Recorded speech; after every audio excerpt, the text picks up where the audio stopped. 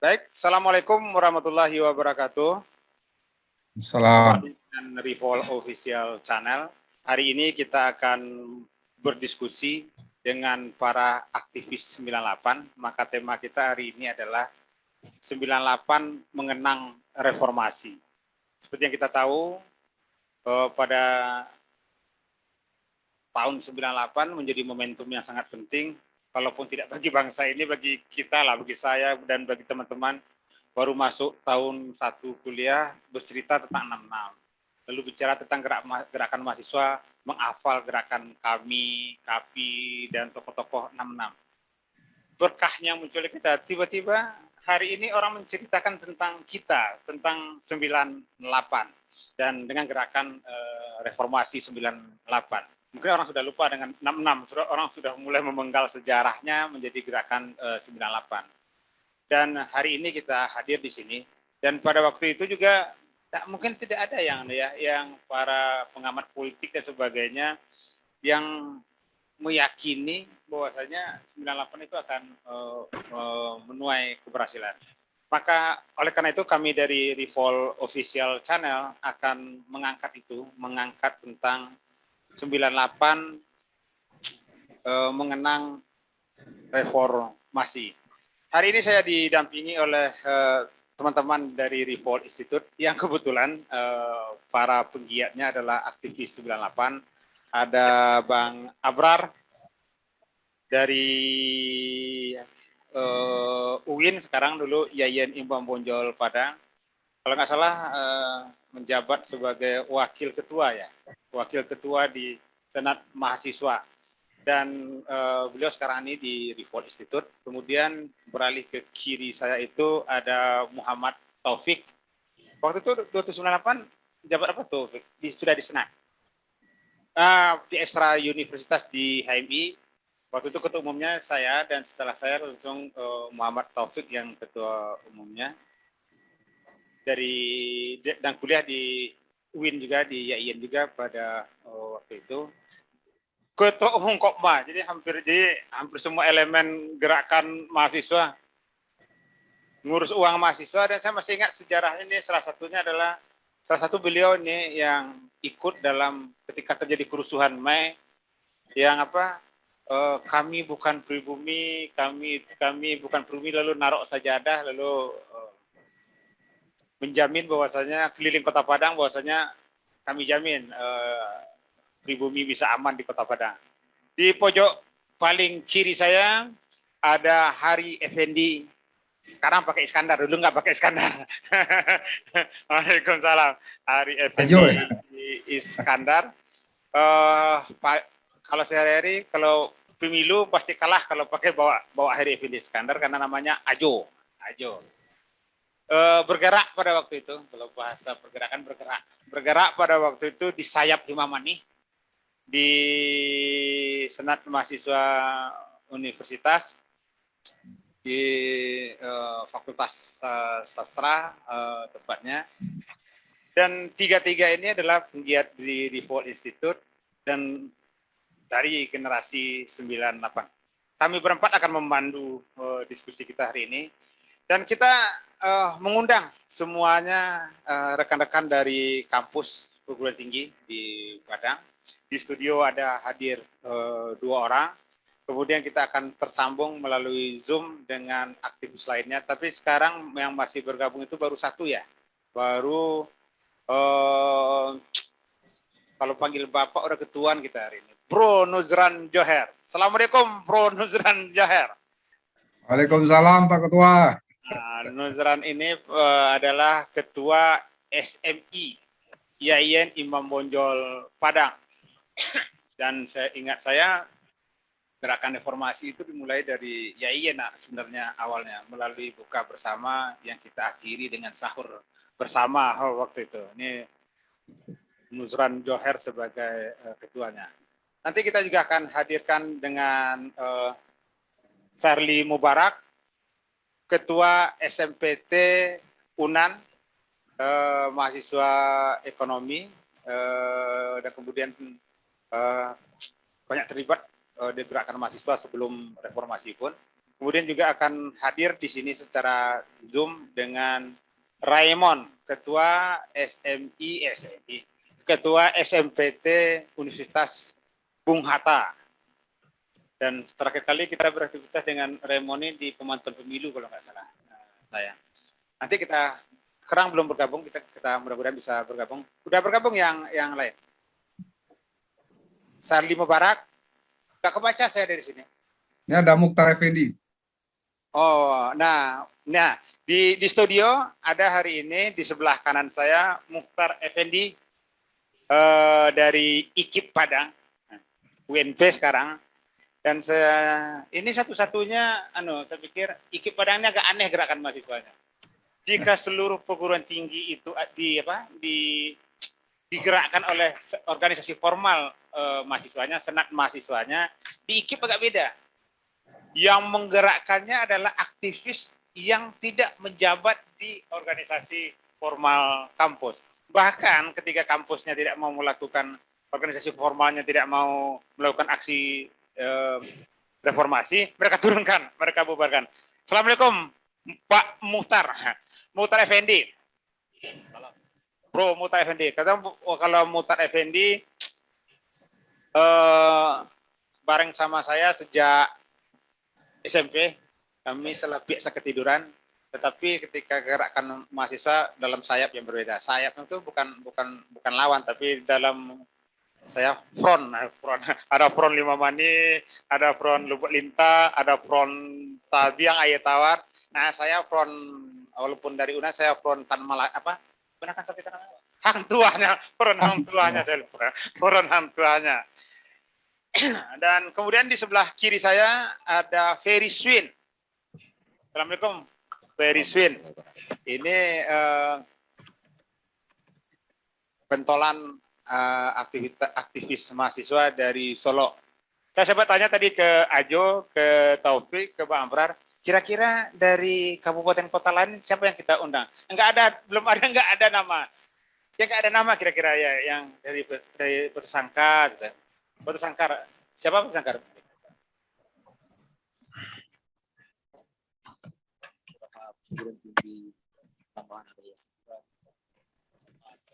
Enggak, yang nama yang gabung enggak ya. Tapi ada semuanya di 98-nya ada. Baru kita tahu pada waktu itu ternyata JKT mahasiswa ini banyak ternyata. Ya, kita tahu yang umum aja.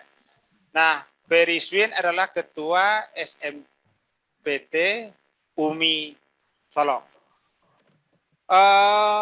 Sudah ada yang gabung dengan lain? Sarli Mubarak udah gabung? Belum. Raymond? Belum. Baik. Kita mulai aja diskusi kita hari ini. Saya nanti silakan Bang Abrar, Taufik maupun Ajo nanti juga memberikan pertanyaan-pertanyaan, kita bebas saja. Sebelum ini kita sebetulnya sudah diskusi dengan adik-adik 2022. Baik, ini pertanyaan dasar kita sederhana aja dulu awalnya. Mungkin kita mulailah dari yang live streaming dulu, yang dari Zoom dulu, Nuzran.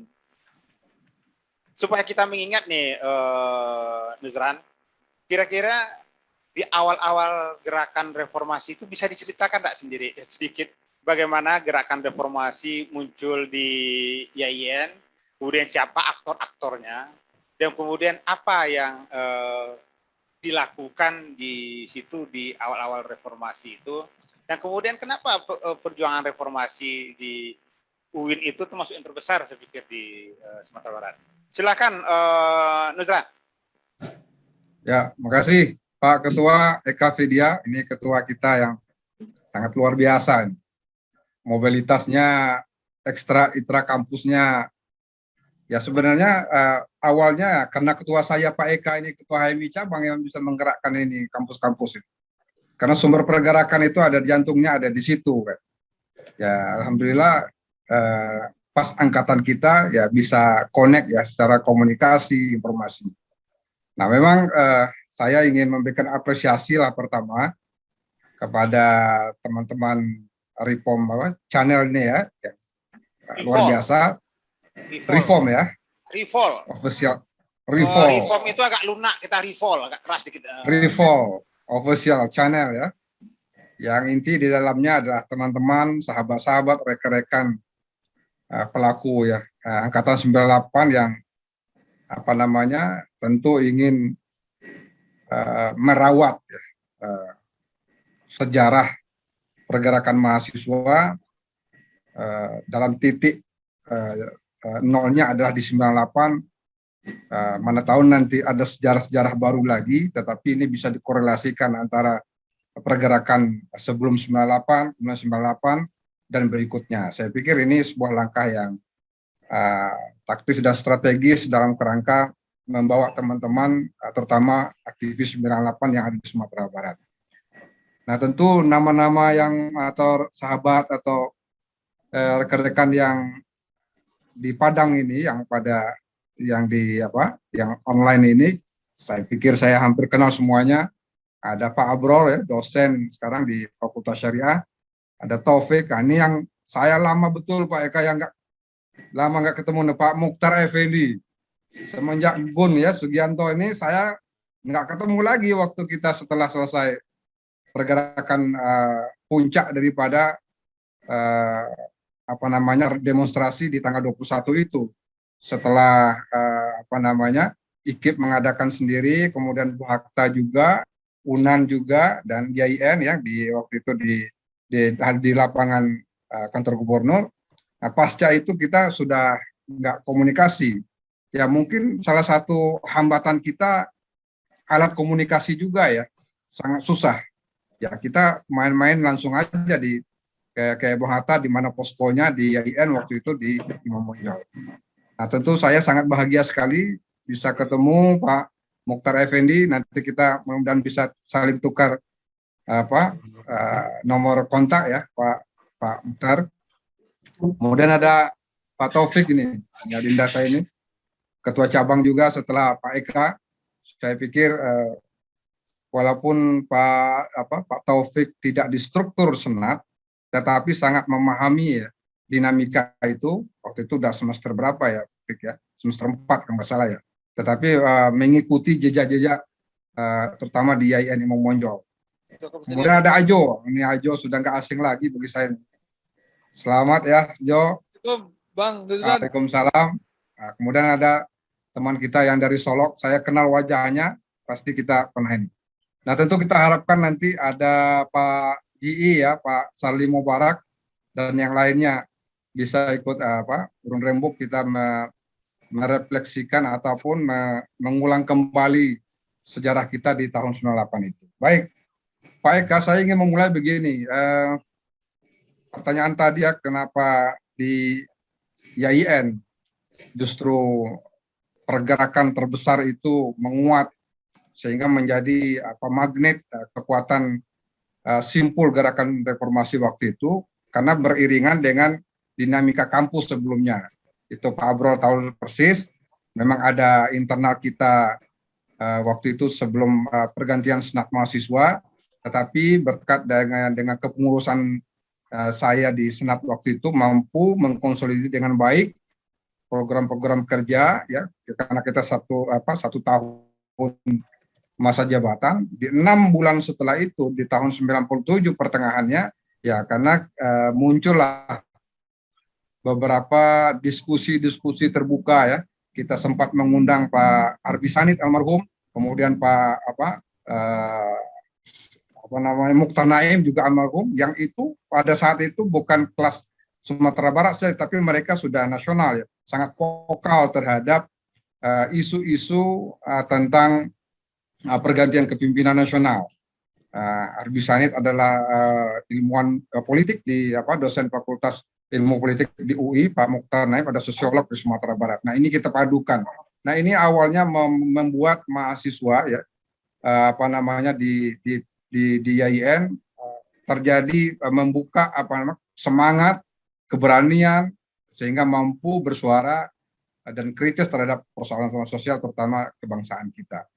Nah, tidak terlepas dari kondisi internal ini, tentu di masa keprodian saya waktu itu Pak Abrol sebagai wakil, nah kita memang menggabungkan intrakampus dan ekstra kampus dan komunikasi dengan apakah teman-teman di Muhammadiyah, ya IMM, kemudian di PMII. Saya dulu Pak Eka mungkin sebelum masuk HMI kan sempat di PMII. Oh, Kita komunikasi. Saya udah ikut Mapaba Pak Eka sebenarnya 6 bulan. itu informasi terbaru tuh Pak Nusran. Iya, dalam Kayaknya saya sengaja disembunyikan dulu ikut waktu baju Mapaba. ketua BEM. Jadi ya karena yang namanya HMI kan terlalu menggoda-goda ini terus kan akhirnya ya HMI. Sebelum Mana dapat dulu yang baik. Pak Nusran masuk HMI daripada Bang Amran? Dulu saya 94 Pak. Oh. 94. Jadi duluan Nusran sama? Ya. 94 juga. 94 awal ya. Nah, dari sini dari kekuatan di kepengurusan intra kampus baik dengan teman-teman kegiatan mahasiswa lainnya, kita buka kampus malam, kemudian kita berikan kekuasaan kepada unit-unit kegiatan mahasiswa, kita mau kemudian. Nah, ini membuat gairah tersendiri pasca syariah ya pindah ke Lubuk Lintah. Jadi kegiatan mahasiswa di sore, siang, dan malam kita buka, sangat menggairahkan sekali sehingga orang berani berdiskusi. Karena kan nggak mungkin kalau kita diskusi di siang hari terus, ini nama aktivis kan biasanya di malam, sehingga kita buka kantor senat itu sampai 24 jam. Nah, ini membuat pergerakan diskusi di baik di hal sosial maupun kemasyarakatan itu sangat intens. Nah, yang kedua, di samping aspek internal kampus juga teman-teman di pengurus kita berikan kelulusan untuk melakukan kegiatan yang apakah di bidang akademik, bakat minat, kemudian menggerakkan senat fakultas untuk sama-sama menuanya, kooperasinya, sehingga ada keberanian untuk sama-sama kita menjalankan aktivitas sesuai dengan topoksinya. Nah, ujungnya memang apa disampaikan oleh Pak Eka, karena kita saling komunikasi antara aktivis intrakampus dengan aktivis ekstra kampus sinergi pada saat itu, sehingga isu yang akan kita sampaikan dalam menyikapi persoalan sosial terutama kebangsaan reformasi ini cepat ya terkonsolidasi. Ya Pak Eka, kemudian kepengurusan saya juga banyak yang HMI, sehingga apa yang menjadi keputusan cabang Padang HMI saat itu sehingga cepat terkomunikasi dengan baik. Sehingga kita mengundang teman-teman dari pemula ide waktu itu kayak kalau nggak salah pertengahan Januari 97 kita buka bersama itu. Sekitar tanggal 10 Januari saya masih ingat. Waduh. Dan PR pembantu rektor 3 saya hadir. Dan semua senat fakultas juga hadir. Nah, asik waktu itu sampai tadi Pak Eka bilang kita sampai sahur karena asik ya.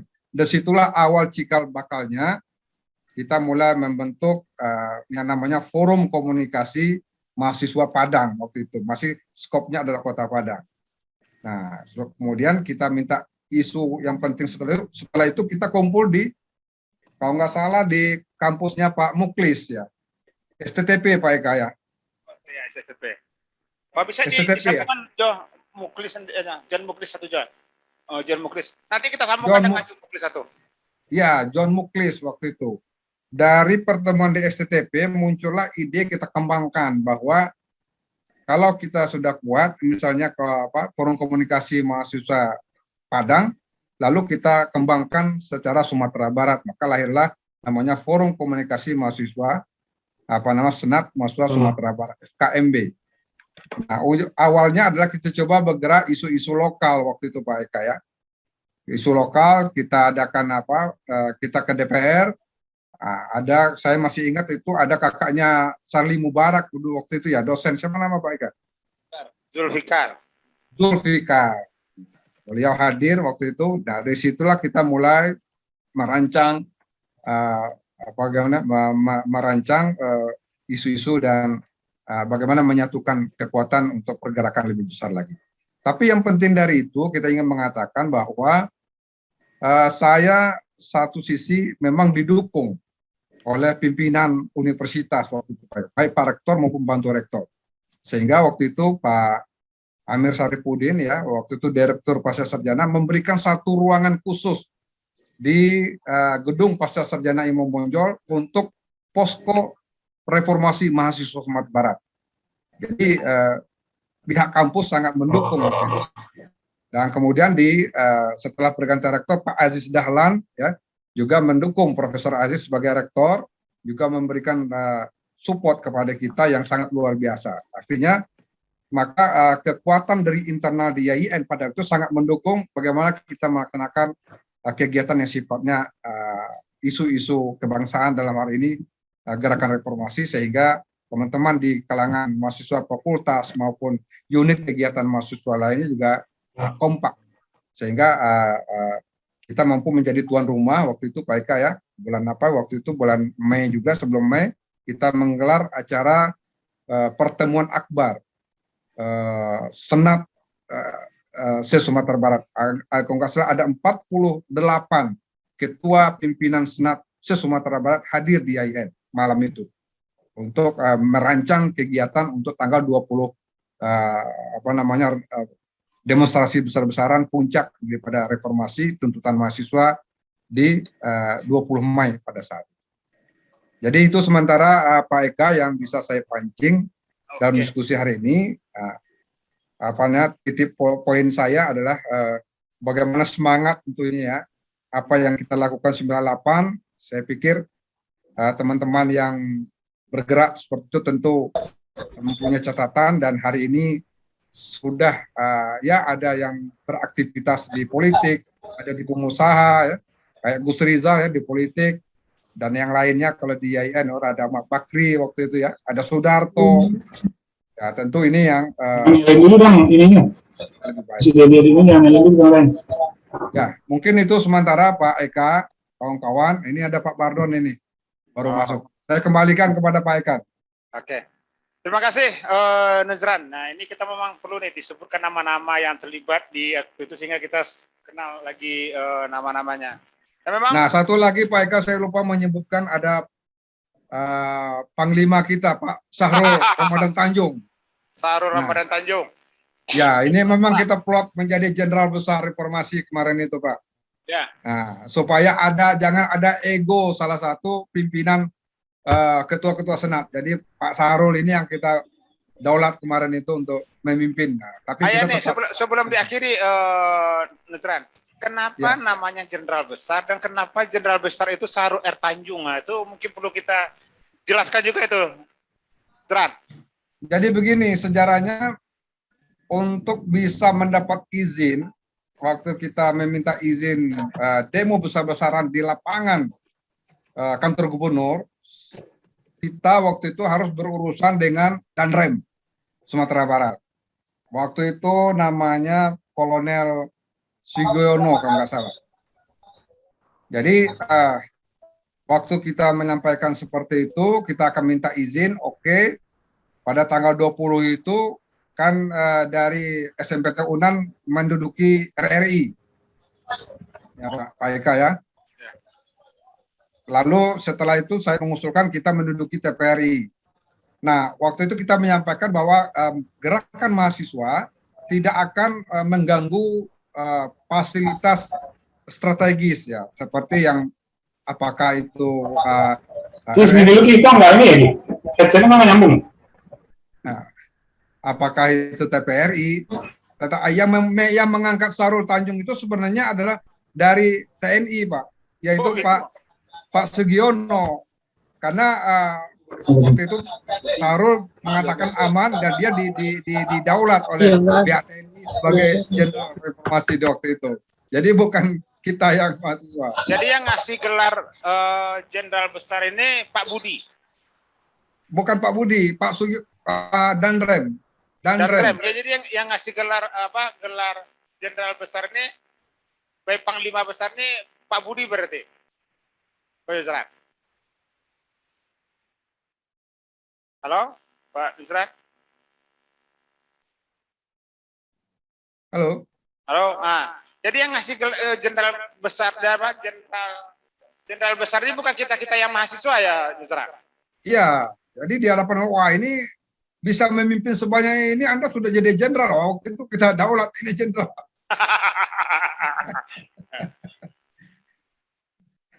Jadi gitu Pak Eka. Oke, Pak Yusran. Jadi digerakkan di Yayen waktu itu yang kalau saya yang lihatnya waktu itu memang luar biasanya itu. Pertama yang paling saya mau kagum itu adalah hampir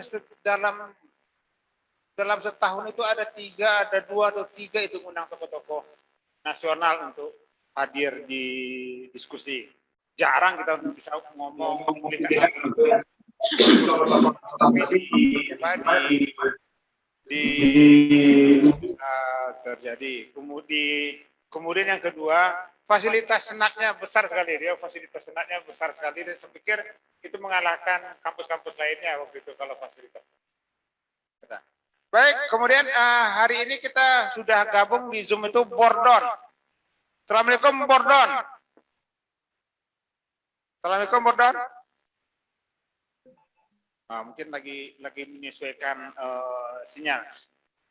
Baik, sebelum kita ke Pak ada Muhtar Effendi sama Firizbin, kira-kira Bang, kan tadi ada sempat dibicarakan tadi tentang perebutan RRI sama TVRI ya, TVRI RRI. Oh iya TVRI. Apa dasar waktu itu memilih merebut RRI? TVRI. Mana dulu merebut RRI itu merebut TVRI? RRI dulu. Teman-teman Buang Hatta dan sebagian teman ini waktu itu kan sudah menduduki DPR dengan RRI. Ya kita tinggal di Bulita ini mau ngapain? Salah satunya kan Bang Amran waktu itu saya sudah kan aksi damai. Ya. Di waktu di pondok kan sudah mulai bakar-bakar. Jadi saya dengan teman-teman. Tadi pendudukan itu setelah kerusuhan berarti ya? Ya sudah kerusuhan. Jadi saya dengan beberapa teman ada Mas Zulferi waktu itu. Jadi turun keliling Kota Padang, Partai Toa untuk mengatakan bahwa aksi kita ini damai, tidak ada kebakaran, tidak ada perusahaan aktivitas. Nah sore-sore waktu itu ada perintah kita mau ke TVRI. Kenapa ke TVRI Bang? Karena santai juga kawan-kawan lain sudah ada. Jadi kita tinggal TVRI aja lagi kan gitu. Gitu. Itu bahasanya waktu itu. Ya, saya dengan teman-teman kumpulin waktu itu. Dan itu hadir semua mahasiswa. Jadi kita sore waktu itu. Sore waktu itu kumpul di Lubulita. Kemudian jalan kaki dari Lubulita ke TVRI jalan kaki. Jalan kaki kita. Jadi sampai kita mau maghrib kita mau nyampe di situ. Ini kan TVRI kan sebenarnya sudah dijaga ketat juga karena teman-teman pengalaman di RRI. Kita langsung dan rep yang kita satu aja waktu itu. Kita breaking news, stop press untuk menyampaikan tuntutan, sudah itu kita balik. Bisa berhasil waktu itu? Berhasil, tapi sempat di lampu TVRI itu dimatikan sedang live. Kita kayak gitu juga, masa di tempat sentral seperti itu lampu mati. Yakin live atau benar-benar live atau yakin, memang live waktu itu. Di stop press kita waktu itu. Di stop press itu 2 orang waktu perwakilan, ada Didi Triadi sama Khairul Anwar Tanrajo. Itu yang membacakan tuntutan kita di TVRI. Berapa lama tuh menguasai TVRI kalau dari sore sampai jam 10 malam lah. Jadi kita dipaksa harus balik ke kampus. Jadi kita disiapkan bus oleh Danrem. Kita pasukan PH yang pakai itu kita dikepung waktu itu. Nah kita dipaksa harus balik ke kampus. Karena memang Danrem tidak mau tawar-menawar waktu itu. Mungkin Yayan waktu itu harus balik ke kampus. Maka kami balik ke kampus waktu itu diantar pakai bus besar itu. Tapi itu tetap sampai berarti kan? Yang penting tuntutan sudah sampai ketika kita sudah selesai. Jadi ketika tuntutan belum kan nego itu. Ya. Jadi kita nego, kita dipaksa masuk, kita menguasai masuk semuanya anak UIN. Disitulah kita ramai-ramai sama pasukan zaman dua. Berarti yang memerintahnya dulu Bang Amran. Ya Bang Amran, Bang Nuzran nggak kelihatan waktu itu. Teman-teman sudah ramai di kampus sore itu kan. Jadi kan hampir saban hari kita kan sudah standby apapun putusan kan. Karena memang tidak ada jalur telepon, kita standby semua di kampus. Ya hari ini, saya masih ingat nih, Pak. Namanya di Yayin itu Bang Amran, namanya tim 100 apa namanya? Ada istilahnya tim 100 ya siap untuk kapan saja ya. Itu masih ada siapa nama tadi Nuzran ngomong si Sudarto atau salah satu. Jadi saya standby karena saya menyiapkan padu baliho itu saya itu. Oh gitu. Jadi saya diperintah Bang Nuzran siapkan informasi saya yang bikin kata-kata hari itu kan. Apa kata-kata kalau masih ingat Pak? Masih ada fotonya. Aduh. Kita minta fotonya biar fotonya masih kita simpan tuh Bang Nuzran. Jadi jihad, reformasi atau mati. Wah, jihad, Jihad 100%, reformasi atau syahid, mati syahid. Nah, jadi jihad 100% dan dia mati syahid. dan mati Atau syahid. mati syahid. Atau mati syahid. Nah, ini kayak Tapi memang ada prakondisi yang menarik menurut saya. Jadi Ya, waktu itu kita pernah demo juga kasus premanisme di Lubuk Lintah. Itu kita keluar seluruh kampus. Jadi dari dari Lubuk Lintah itu sampai kita ke Andale, banyak mahasiswa. Jadi kita ke demo ke kantor wali kota waktu itu Pak Jian Rais. Itu kasus premanisme. Itu warming up untuk reformasi konsolidasi. nanti modal untuk Modal itu sangat luar biasa waktu itu. Kita lakukan itu. Pak Bran. Tadi Taufik udah bilang tadi kan masalahnya diperintahnya nih sama Pak Bran di rebut TVRI. Apa sebenarnya alasan rebut TVRI itu, Pak? Jadi begini ya, persis sama yang Taufik, karena yang lain sudah menduduki tempat strategis. Ya. Tapi cikal bakalnya sebenarnya bukan perebutan itu. Karena di waktu pertemuan yang disampaikan Bung Nuzran tadi soal pertemuan Senat Sumatera Barat, karena itu ada sedikit dinamika ya dengan teman-teman di Bung Hatta. Nah, karena yang memimpin sidang waktu itu saya, jadi teman-teman Bung Hatta bilang bahwa ini kondisi rapatnya tidak steril lagi, gitu ya. Sehingga teman-teman Bung Hatta keluar dari forum, dan besoknya langsung menduduki Bung Hatta. DPRD 31 provinsi. Nah, lalu Itu teman-teman setelah reformasi itu? Belum, sebelumnya? Sebelum. Jadi Setelah kerusuhan belum juga? ada baru ria-ria ya di masyarakat, khususnya di pondok ya. Terus Unan melihat kondisi seperti itu juga ambil RRI dan karena yang tinggal itu cuma TVRI, GN waktu itu ambil TVRI. Dan itu saya sendiri minta pos ya ke Pak Rektor yang 400.000 saya masih ingat, dan itu tidak di ACC oleh WR1, langsung saya lapor ke Pak Rektor. Pak Rektor harus kasih uang, kalau enggak ke sini demonya, saya bilang kan. Ya, kasih 400, kemudian ya buat transportasi lah ya, beli. Yang menarik juga nih di Yayen sama di KIP juga itu, pimpinannya mendukung. Gimana cerita itu? Ya sebenarnya Pimpinan universitasnya. pimpinan ini sebenarnya sudah pro sejak lama ya Pak Nuzran ya. Kita bahkan tengah malam pernah membangunkan rektor sama WR3-nya untuk kegiatan-kegiatan mahasiswa. Misalnya kayak pemilihan senat dan lain sebagainya itu. Karena memang rektornya sangat care itu terhadap kegiatan mahasiswa, bahkan kita sampai malam dibiarkan gitu ya untuk berkegiatan di kampus. Dan memang waktu itu saya melihat dinamika pemikiran di IAIN ini sangat tinggi ya. Mungkin saya tidak juga ya.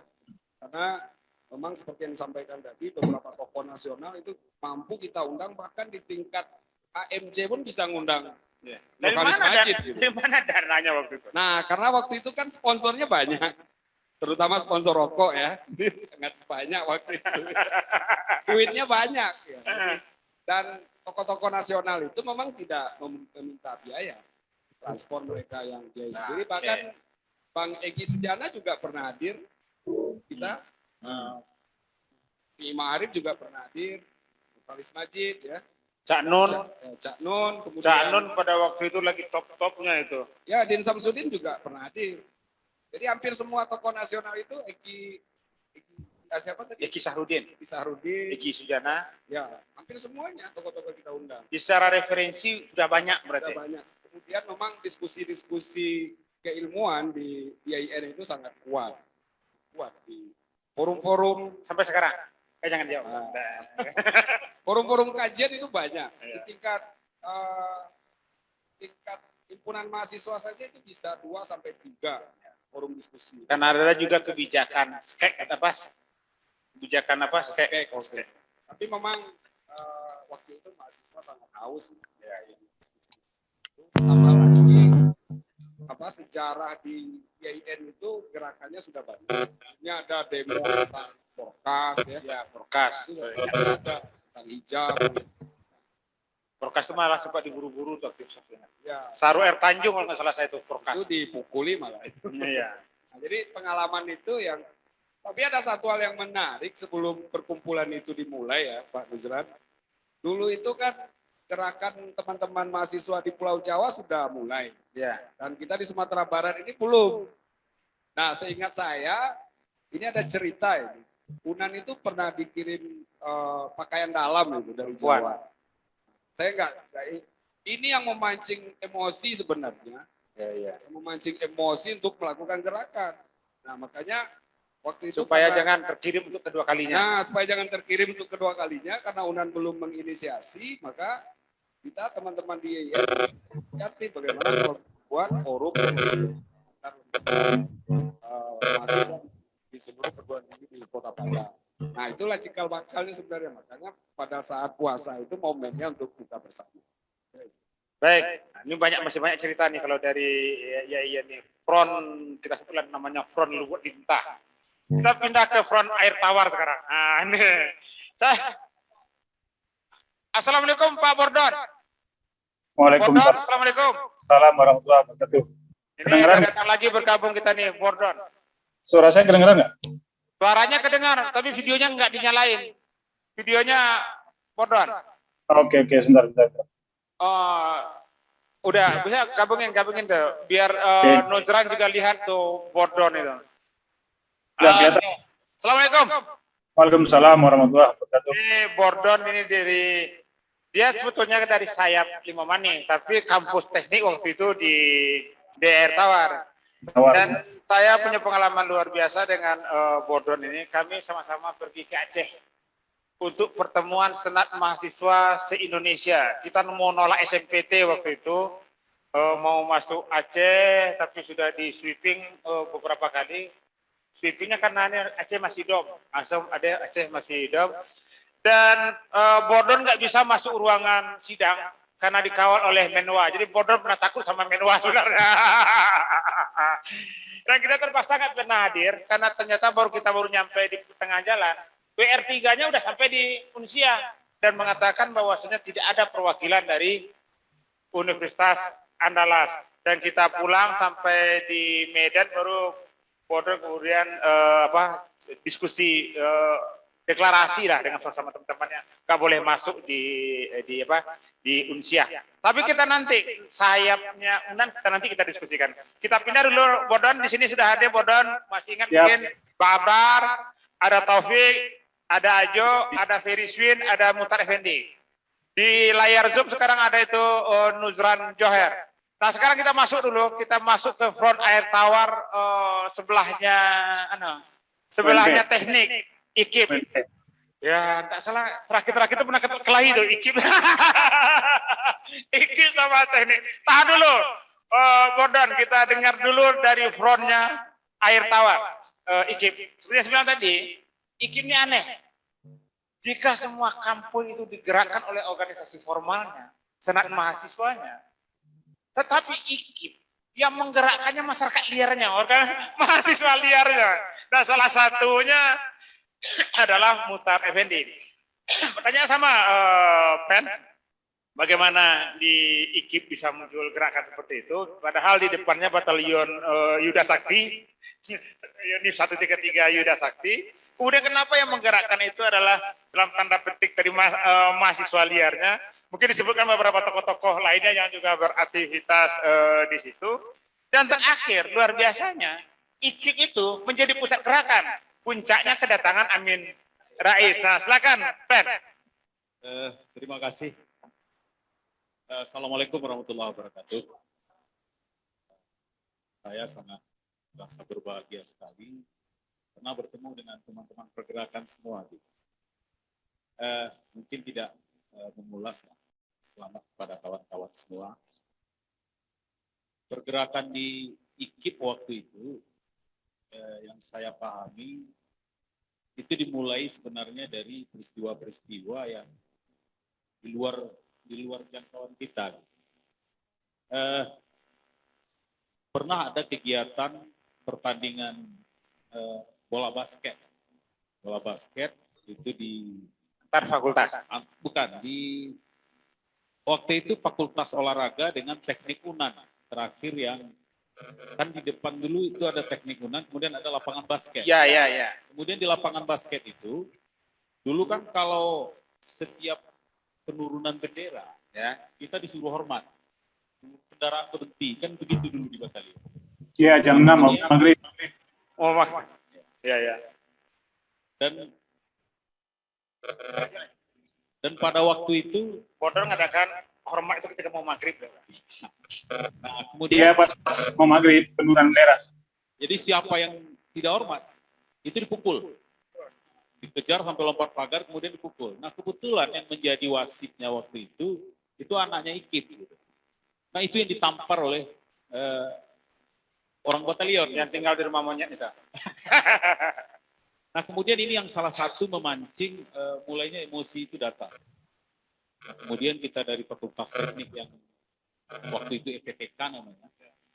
Itu Tapi yang- kalau di depannya teknik unan ya? Teknik Teknik unan ya. Nah, itu kita menyaksikan itu juga nggak nyaman melihat itu.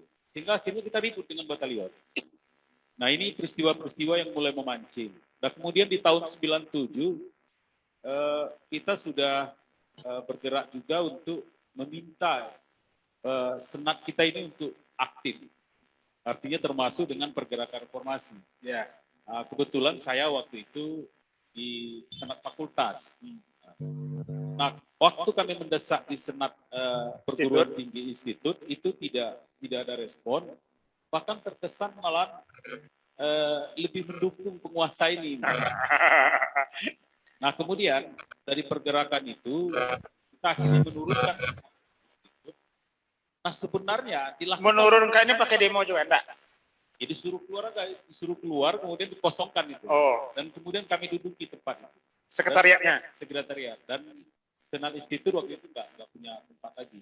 Dan enggak balik lagi ke situ senatnya. Enggak pernah balik lagi.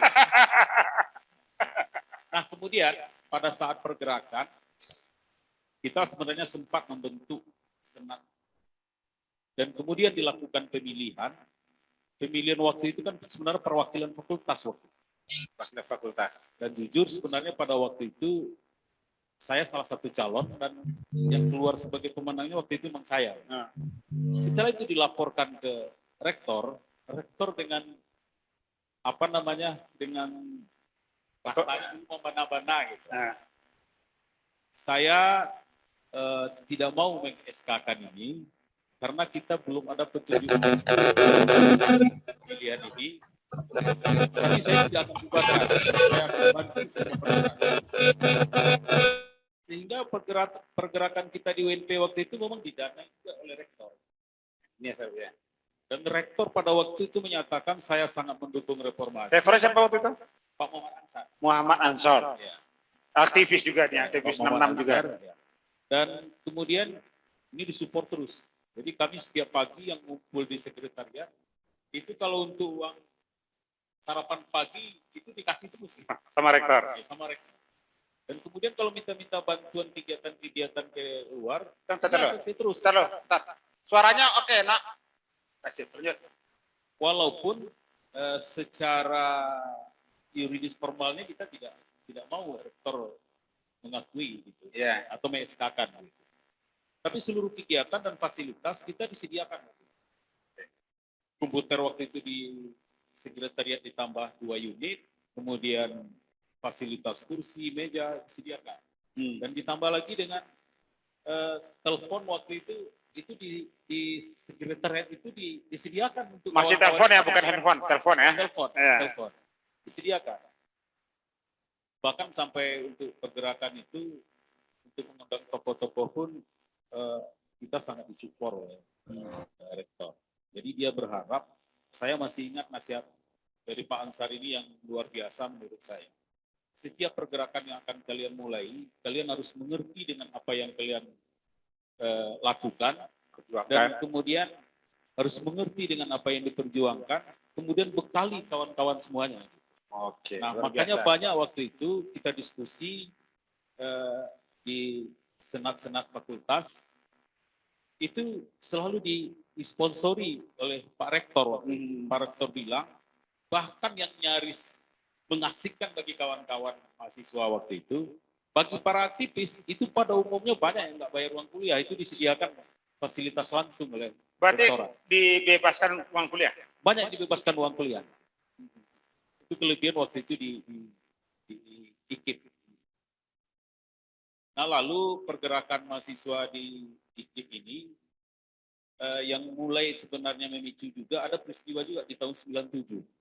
Dan peristiwa Sebelum reformasi itu ya. sebelum reformasi. Ya. Sebenarnya sudah mulai nih hawa-hawa Ya, reformasi ini udah mulai muncul. Ributnya antara UNAN dengan Oh, Padang waktu itu. waktu kelahi sama teknik itu ya? Ya, Ya. waktu kelahi sama teknik. Apa benar juga yang disampaikan oleh apa tadi? Itu kita juga dikirimi di kampus ini, Oh, dikirimi juga celana dalam waktu itu. Nah, itu yang bikin emosi juga sebenarnya. Gitu. Setelah peristiwa perkelahian ditambah dengan pengiriman itu, sehingga akhirnya memang waktu itu lebih banyak fakultas teknik di UNP yang banyak bergerak. Oke, sekarang siapa aja tokoh-tokoh lain yang kemudian terlibat di mahasiswa liarnya? Mahasiswa liarnya terlibat. Sebenarnya kalau kita lihat secara senat institut, kita mungkin sebut dia liar. Cuman di senat fakultas, Ya, mereka pada terlibat. artinya tidak benar-benar mahasiswa biasa, tapi mahasiswa senat fakultas dia. Senat fakultas yang menggabungkan diri, boleh dikatakan akhirnya kami bentuk presidium gitu. Dari semua senat fakultas. Senat fakultas. Siapa aja tuh, Pak? Kalau kita utus dua per fakultas waktu itu. Kalau di teknik ada Yon Irizon bersama Gun Sugianto. Nah, ini di luar yang sudah masuk dalam ada 5 orang yang diamankan dulu istilahnya. Yang 5 ini siapa nih? Termasuk saya, kemudian ada Risman. Ya, ada Risman yang teman kita yang terakhir kerja di Papua. Kemudian ada nanti kita bisa bertemu pulang. Ya. Pak Gun Sugianto kemana Pak? Gun Sugianto sekarang sudah bergabung dengan Gerindra. Terus siapa aja itu? Terus ada lagi kalau nggak salah Rifki Wayudi, Sondri juga. Oh, Sondri. Juga. Nah, kemudian di fakultas masing-masing kayak ada di fakultas sosial waktu itu. Itu namanya Zul Harman yang sempat jadi ketua DPRD Kota Padang. Oke. Nah, dalam pergerakan itu rata-rata kita hanya konsolidasi terus. Jadi komando itu berganti-ganti, artinya korlap itu diganti-ganti. Oke. Cuman memang pada waktu itu kalau bagian-bagian yang sedikit anarkis lah atau dengan kata lain, ini tempat ini diperkirakan nih aksi kita bentrok gitu. Nah, ini susah. Saya sering ditunjuk untuk itu. Ya karena Pen ini di awal dia anak teknik, tetapi prestasinya dia juara Pomnas apa? Ya. Pomnas Pekan Olahraga Mahasiswa cabang pencak silat. Kebetulan satu seperguruan yang saya. Kelas F, kelas E. Kelas E. Lanjut. Sarli Mubarak. Assalamualaikum Pak Sarli Mubarak. Ji. Bang Ji. Waalaikumsalam warahmatullahi wabarakatuh. Salam sehat, Videonya, saudara kawan-kawan. Videonya kameranya Pak Eka, saya izin maghrib dulu ya. Ini Jakarta duluan ini. Kita santai aja, nanti saya pun di sini akan gantian dengan rekan-rekan Ripol Institute lainnya untuk gantian. Ya, saya salam Pak Ji dulu nih. Apa kabar Pak Ji? Alhamdulillah. Nggak usah dimatikan, kita langsung aja. Ya, saya izin sholat dulu Pak ya. Sip. Oke, lanjut. Saya nggak pakai ini. Saya sebentar lagi mau izin sholat Isya, Pak Moderator. Ya, saya sapa aja loh. Assalamualaikum, Ji. Waalaikumsalam warahmatullahi wabarakatuh. Tadi kita sudah mulai diskusi tentang front Lubuk Lintah. Diskusinya panjang tadi. Sekarang kita ke front air tawar dulu. Nanti kita kupas lagi tentang front Limomani. Yang mau sholat dulu. Nanti saya sholat juga sebentar dulu. Lanjut. Oke. Silakan. Pen, kalau yang paling besarnya nanti itu kan kedatangannya Amin Rais. Itu gimana ceritanya itu? Amin Rais datang ke kedatangan Amin Rais ini sebenarnya kan penggagasnya siapa sebenarnya? Saya nggak tahu juga penggagasnya Amin Rais datang itu siapa sebenarnya? Jadi gini, dulu kan ada FKMSB, Forum Komunikasi Mahasiswa Sumatera Barat, yang pernah disampaikan kalau ada 48 perguruan tinggi, Pak Brare, itu hadir dan rapat waktu itu apa bentuk kegiatan yang lebih besar yang kita adakan. Akhirnya kalau nggak salah itu yang mengawali itu adalah Ahmad Khairuddin Bung Hatta. Bung Hatta. Di dalam forum itu kemudian mencetuskan bagaimana kalau kita undang Pak Amin Rais. Dianggap waktu itu sebagai tokoh sentral reformasi. Pemotifnya Ya, reformasi. dan alhamdulillah kebetulan di UNP itu tempatnya. Ya, lokasi strategis. Lokasi dianggap paling strategis adalah di UNP. Dan kami laporkan ke rektor, rektor sangat mengapresiasi. Bahkan untuk kalangan kita di kampus UNP, itu saya yang BA. Pembiayaan segala macamnya. Nah, biaya dari mana lagi? Pembiayaan itu. Ya. Yang tahu saya dari rektor. Dari rektor. Dan kemudian rektor menyarankan, karena ini cukup besar, pembiayaan itu juga disarankan oleh rektor, coba kau datang ke masing-masing fakultas, masuk ke lokal-lokal, ke jurusan-jurusan, udah minta sumbangan. Jadi semua mahasiswa minta sumbangan. Minta sumbangan. Dan itulah kira-kira biayanya waktu itu yang dimanfaatkan untuk kegiatan. Ada ngaruh nggak kedatangan Amin Rais dengan eskalasi gerakan mahasiswa? Saya kira waktu itu yang membuat semakin besar itu memang setelah kedatangan. Iya, Pak Amin Rais ya. Kan masih ada juga mahasiswa waktu itu yang masih ragu-ragu itu. Tapi pada saat Amin Rais datang dan setelah dia datang pun pergerakan itu semakin besar. Dan satu hal yang menarik bagi kami waktu itu saat diskusi dengan Pak Ansar tentang bunyi yang akan dibunyikan di spanduk. Apa tuh? Jadi kata Pak Ansar, kalau pergerakan ini sekarang kan jelas bahasa yang lain-lain itu ada istilahnya ganti kepemimpinan. Ya. Nah, tapi Pak Ansar langsung nyebut, udah ini saja Soeharto harus mundur. Dahsyat. Itu luar biasa waktu. Dahsyat. Dan kebetulan pada Amin Rais menyampaikan orasi, dia suruh ngangkat spanduk yang di ujung.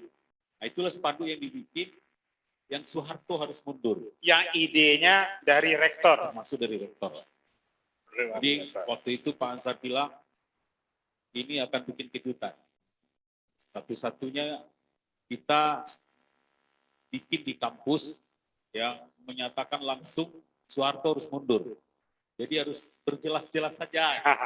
Ada satu lagi ceritanya. Kalau ada cerita lain, topik Bang Abrar yang masih ingat. Ada satu cerita lagi di IKIP ini adalah aksi dosen membakar kartu Golkar. Tahu, ingat nggak, Bang? Ya, itu dari beberapa orang dosen waktu itu yang dimotori oleh dosen dari kampus seni. Kampus seni. Kampus seni. Masih ingat nama dosennya? Pak Batarudin.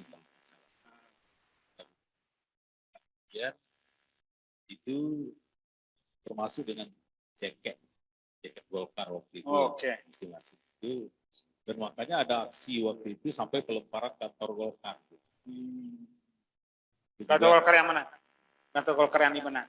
Yang di Katib Sulaiman. Oh, yang di Katib. Oh, itu juga jadi daerah ya, sasaran. daerah ya. Sumatera Barat ya, provinsi. Sumatera Barat. Ya. Jadi sasaran. Yang lemparnya mahasiswa IKIP.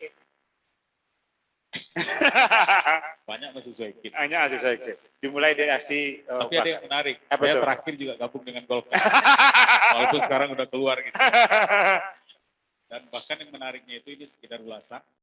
Yang menariknya itu tahun 2009 itu alhamdulillah ternyata dari penilaian orang-orang Golkar saat itu yang melempar kantor Golkar ini menjadi kader Golkar terbaik pada saat itu di Sumatera Barat. Baik.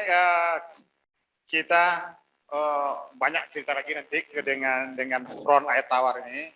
Sekarang kita ada tambahan enggak, Bordon, dari kampus teknik yang berada dari Front Air Tawar nih, cerita-ceritanya pemukulan tiap sore harus hormat bendera di lapangan. Sekarang lapangan basket itu nggak ada lagi, Bordon. Sekarang udah jadi masjid itu lapangan basket itu. Ada nggak cerita menarik lagi di reformasi kita itu di 98 itu dari Front Air Tawar nih? Silakan, Pordon. Kalau saya sih melihatnya tidak sebagai front air tawar ya. Tapi ini kan eskalasi sebenarnya sangat panjang ceritanya kan. Permulaan cerita itu sebetulnya ini dari perspektif saya pribadi ya. Memang pergolakan di Sumatera Barat itu kan sebetulnya dimulai tahun 95, 94, 95, 96. Kenapa saya katakan demikian?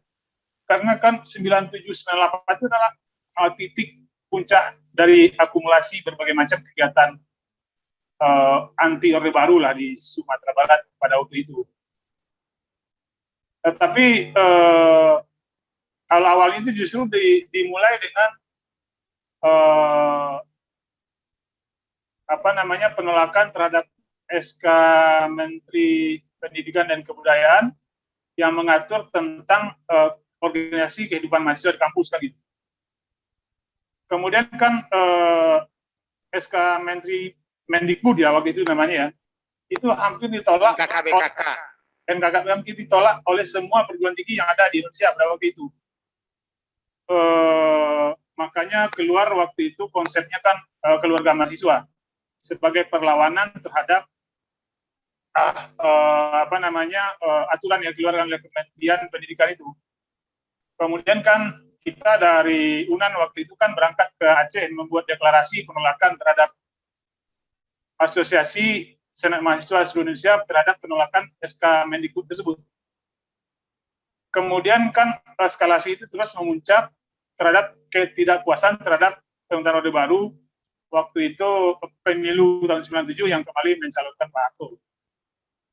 Sebetulnya ketidakpuasan dari masyarakat itu udah sangat luas sebenarnya. Tapi siapa yang berani mensuarakan? 97 kan nggak ada juga yang berani mengatakan bahwa Soeharto itu 97 ya. Tapi di bawah tanah pergerakan itu kan selalu ada. Ya pada waktu itu kebanyakan kegiatan itu banyak diskusi di LBH Padang. Kemudian ada juga di LRA bagaimana Bang Pordon waktu itu? LRA. Walhi Sumbar. Sebentar, LRA nanti ada ceritanya. Ya. Nah, pertama-tama itu di LBH dulu. LBH itu berdiskusi segala macam banyak hal. Ada masalah tanah dengan pemerintah, ada masalah Waduk Kedung Ombo juga waktu itu. Ya, konflik agraria ya waktu itu. Ya, konflik agraria katakanlah seperti itu. Kemudian LBH dan Walhi ini beberapa teman membuat lagi LRA yang dimotori oleh, kalau saya nggak salah itu Indra Lubis. Bang Lubis. Ya, Indra Lubis. Ya. Tapi ketika pertempuran 98, Bang Lubisnya udah nggak ada. Ya, karena mungkin udah lagi skripsi atau mau persiapan wisuda, saya nggak tahu. Ya. Nah, kalau yang tadi pergerakan mahasiswa Sumbar di DPRD dan segala macam, hal yang paling saya ingat waktu itu sekitar April ya. Ya. April itu hampir setiap hari terjadi di demonstrasi di lapangan sepak bola depan Rektorat Dikip. Ya. Itu setahu saya memang Bro Mukhtar Effendi itu yang punya usaha, punya kerjaan. Ya. Tapi yang jadi soal adalah teman saya ikut di situ, aktivis LSM, dia di Jakarta, kemudian pindah ke Padang, namanya Joni Sujarman. Itu mungkin Bung Mukhtar Effendi mungkin masih ingat dengan Joni Sujarman, yang ceritanya saya nggak terlalu detail ya, tapi setahu saya singkat pergerakan di Dikip pada waktu itu, John KA itu terlibat. Yeah. Nah, mengenai di FKMSD sendiri, itu kan Amin Rais itu diundang ke Padang yang tadi disampaikan oleh Eka, itu atas nama Forum Komunikasi Mahasiswa Sumbar. Yang menginisiasi itu setahu saya itu Bang Rahmadi yang Direktur Walhi Sumbar. Oh iya, Bang Rahmadi. Difasilitasi oleh Rahmadi, kemudian secara keorganisasian kemahasiswaannya diundang oleh FKMSB. Itu undangan Amin Rais itu saya yang tantangan. Karena saya itu waktu itu saya adalah koordinator FKMSB. Tetapi poinnya menurut saya bukan di situ. Karena waktu itu saya ditunjuk jadi koordinator FKMSD karena beberapa teman itu nggak ada yang mau. kalau nggak salah GE juga nggak mau, kalau nggak salah Amerika Mata juga nggak mau.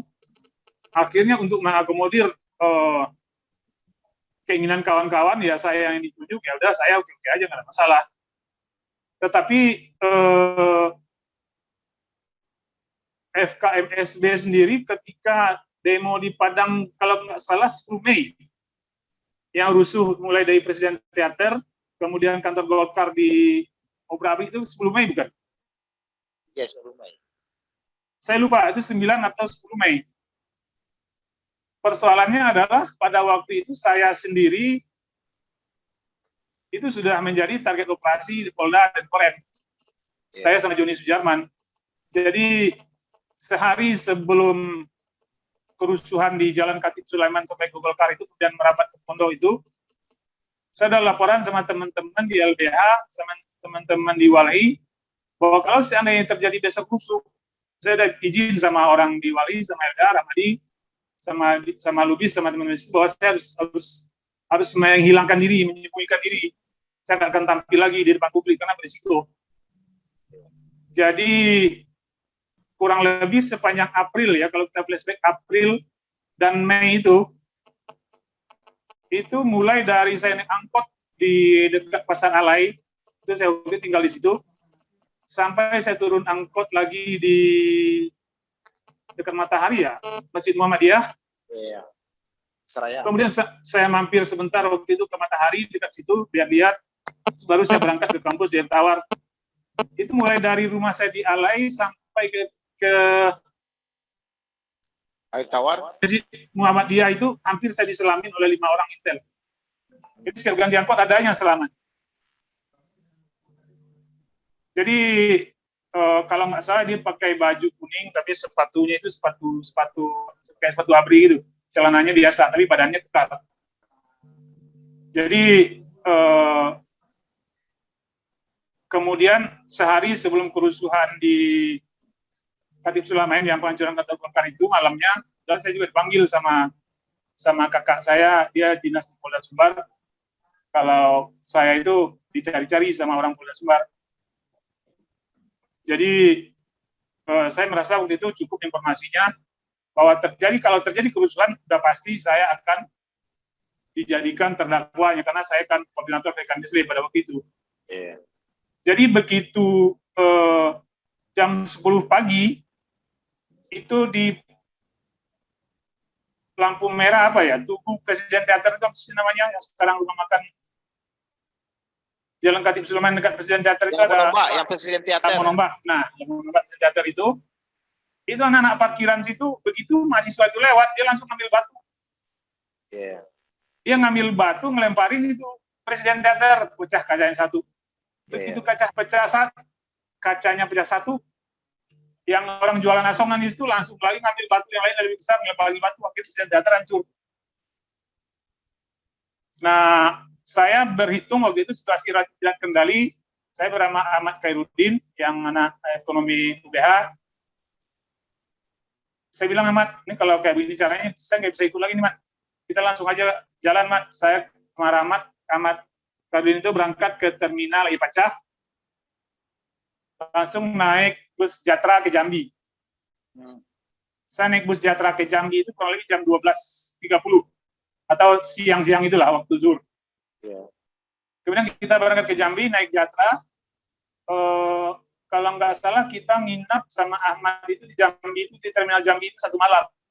Yeah. Jadi mungkin kita sampai di Jambi itu mungkin jam 11 atau jam 10 malam, sekiranya gitu. Nah, kita nginap. Nah, baca berita paginya itu bahwa Padang Sumbar rusuh gitu. Yeah. Terus begitu rusuh, memang nggak mungkin lagi kita pulang ke Padang kan gitu. Karena posisi saya juga udah nggak memungkinkan untuk itu. Kemudian titik rusuh waktu itu di mana saja, Bang? Kenapa?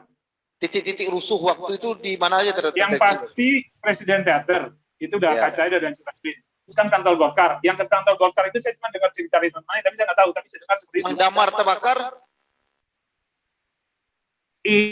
Itu saya nggak copy lagi tuh. Yang damar terbakar saya nggak copy lagi karena damar Matahari. Itu. Kemudian berapa titik di Pondok? Nah, di Pondok itu mungkin saya dari Palembang. Jadi begitu rusuh di Presiden Teater, kemudian berlanjut ke sepanjang jalan Khatib Sulaiman, saya udah langsung diangkut, saya langsung ke Terminal Lepaca, terus berangkat ke Jambi. Habis itu saya nggak ngikutin lagi apa yang terjadi. Oh iya. Jadi saya berangkat ke Jambi itu sama Ahmad Khairuddin.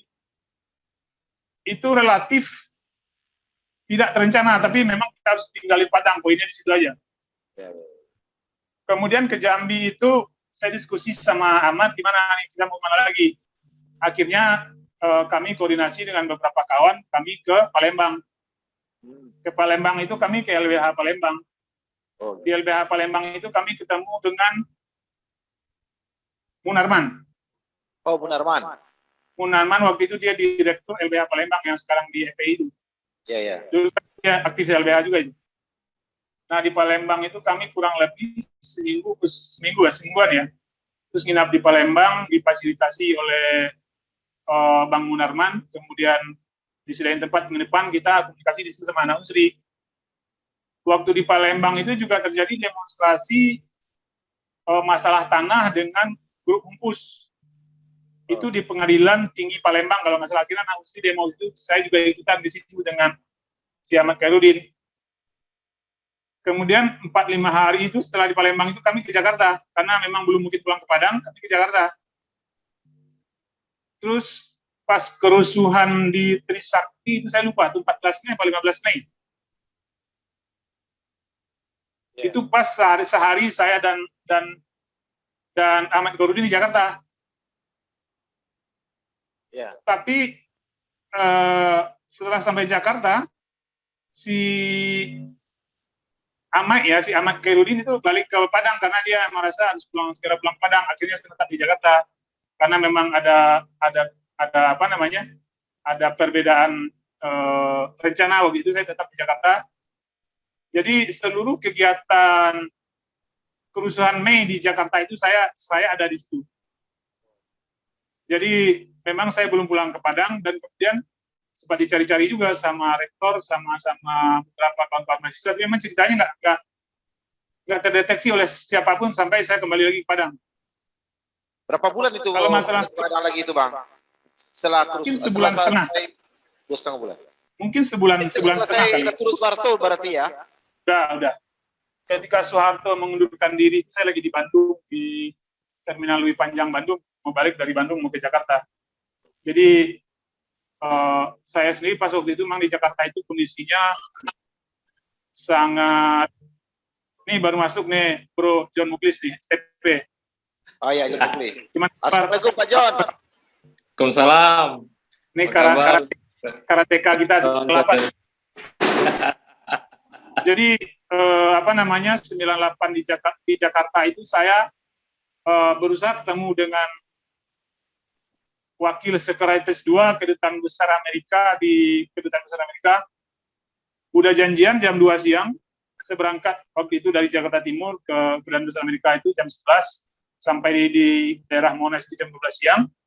Saya ketemu dengan security-nya Kedutaan Besar Amerika, mau ketemu nih, udah di Kedutaan Besar Amerika, mau ketemu dengan Wakil Sekretaris 2 Kedutaan Besar Amerika. Ternyata waktu kerusuhan di Salemba. Sehingga orang kedutaan waktu itu semuanya ke Salemba. Seperti tidak bisa Pak, semua orang kedutaan lagi ke Salemba karena kerusuhan di Salemba, dan gitu kan. Ya bakar-bakaran lah, masalah itu pertanian atau apa. Nah, nggak jadi ketemu tuh sama orang Kedutaan Besar Amerika, karena posisinya saya ketemu dengan Kedutaan Besar Amerika itu waktu di Padang. Kita diminta, seandainya ada teman-teman kamu yang terintimidasi atau merasa akan menjadi korban dari kegiatan anti Orde Baru itu, kamu boleh ketemu saya di Kedutaan Besar Amerika, dikasih nama yang mentok teleponnya. Nah, itu alasan saya kenapa saya datang ke Kedutaan Besar Amerika, tapi nggak jadi ketemu sama orangnya. Nah, habis itu saya dengar cerita dari kawan-kawan di Padang itu, ya di pondok juga mencekam gitu kan. Orang-orang pada ngeluarin sejadah, kelihatan sejadah, padahal Chinese juga kan gitu kan. Tetapi satu setengah bulan, 2 bulan saya di Jakarta, itu saya pulang ke Padang hampir semua itu udah selesai. Semuanya itu sudah selesai. Yang saya dengar di Padang itu pada waktu itu adalah teman-teman itu ada yang di depan AIM itu jalan veteran itu saya ngelihat ada yang minta sumbangan pakai baju lokater apa segala macam. Terus saya bilang sama teman-teman, kita jangan seperti itu, kita nggak perlu minta sumbangan, kita jangan cari duit, saya bilang. Akhirnya baru pada berhenti semua. Nah, ketika saya sampai di Padang, saya ingat waktu itu tuh di Jati, teman-teman di Padang itu kita ngumpul lagi mengevaluasi kegiatan dan syukuran karena dianggap saya telah kembali dengan selamat. Karena cerita yang beredar saya itu udah mati. Itu cerita yang beredar pada waktu, padahal biasa lagi ada di Jakarta. Memang di Jakarta saya juga pindah-pindah dari satu tempat ke tempat lain. Kemudian terakhir satu di Bandung, dan Bandung ke Jakarta, terus saya ke Aceh, di Aceh baru saya pulang ke Padang. Saya sampai di Padang itu, teman-teman itu yang sebagian besar banyak berpikir kalau saya itu memang udah mati. Tapi ketika saya di Padang, ceritanya berubah lagi. Ternyata Bordon masih hidup. Nah, rektor waktu itu yang sempat nyari-nyari saya ke Fakultas Teknik di Air Tawar itu agak merasa senang lagi. Ternyata mahasiswanya yang dipikir waktu kemarin itu meninggal, ternyata masih hidup. Ya, seperti itu ceritanya. Memang menurut saya poin penting dari kejadian 98 itu adalah ya, poin-poin yang mesti kita ambil itu adalah banyak sekali orang yang mengklaim dirinya itu sebagai aktivis 98. Itu menurut saya yang mungkin perlu diluruskan oleh para pelaku sejarah ini, bahwa di Sumbar itu waktu itu kita yang berjuang gitu. Jadi sekarang ini banyak lagi orang yang mengatasnamakan aktivis 98, ada yang 98 Sumbar, ada yang 98 ini untuk kepentingan politik. Jadi dia mengatasnamakan dirinya atau kelompok sebagai pejuang reformasi dan memiliki hak untuk menjadi tokoh politik dan membawa nama-nama aktivis 98 gitu. Kalau menurut saya ini perlu diluruskan, karena caranya bagaimana? Caranya mungkin aktivis 98 yang di Sumbar ini kita rutin berkomunikasi, rutin berdiskusi untuk melihat gimana kondisi Sumbar saat ini atau Indonesia, karena memang fakta sejarah itu menurut saya harus diluruskan. Barangkali demikian, Bro Eka, dari saya.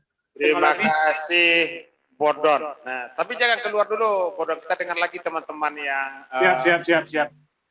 Ini saya justru sebagai temannya Bordon baru tahu cerita Bordon sepanjang itu.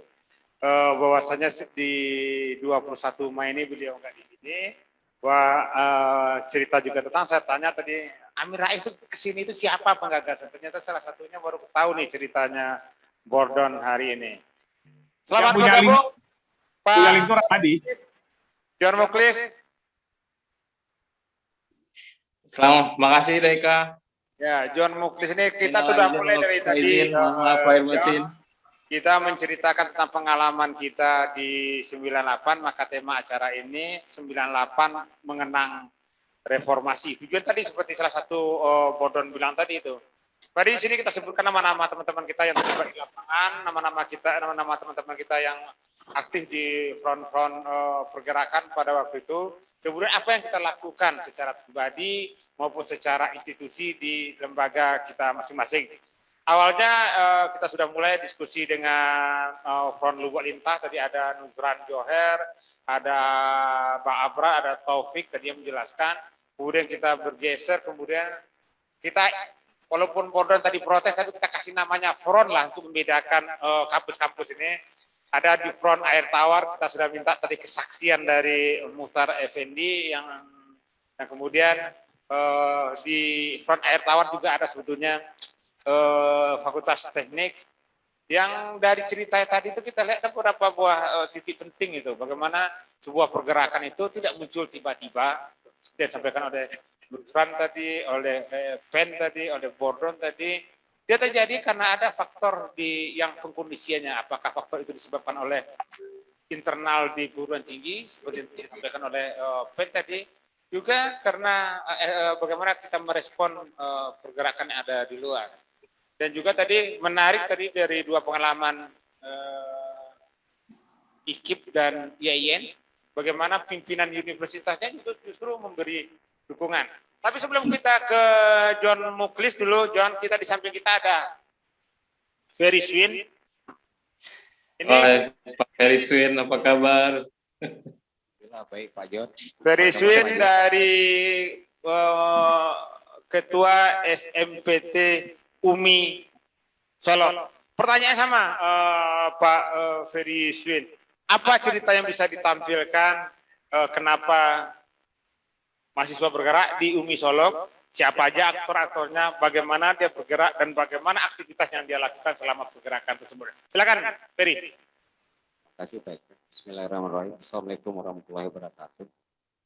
Saya merasa Waalaikumsalam warahmatullahi wabarakatuh. apa yang telah dilakukan oleh report hari ini, karena hanya report di Sumbar ini setidaknya yang telah mencoba membangkitkan kembali sejarah yang pada waktu itu saya juga tidak akan pikir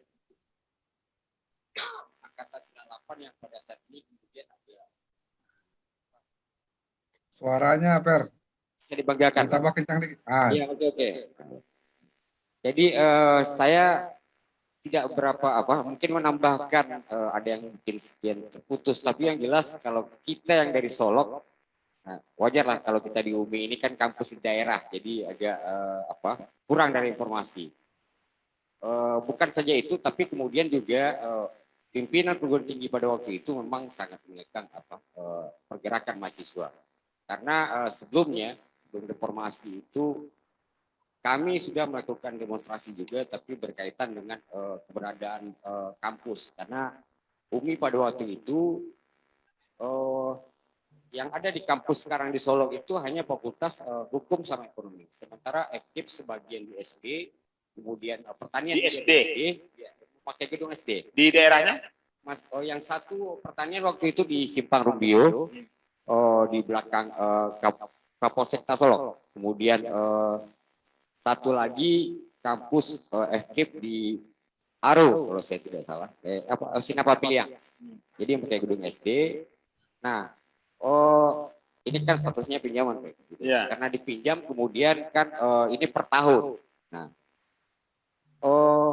ketika itu terjadi keterlambatan pembauran surat, jadi otomatis kawan-kawan di sana tidak bisa kuliah. Nah, jadi inilah cikal bakal pergerakan sebelum reformasi untuk di kampus kami di UMI Solok sendiri. Kemudian kalau bercerita tentang cikal bakal reformasi untuk kami UMI adalah keikutsertaan kami waktu itu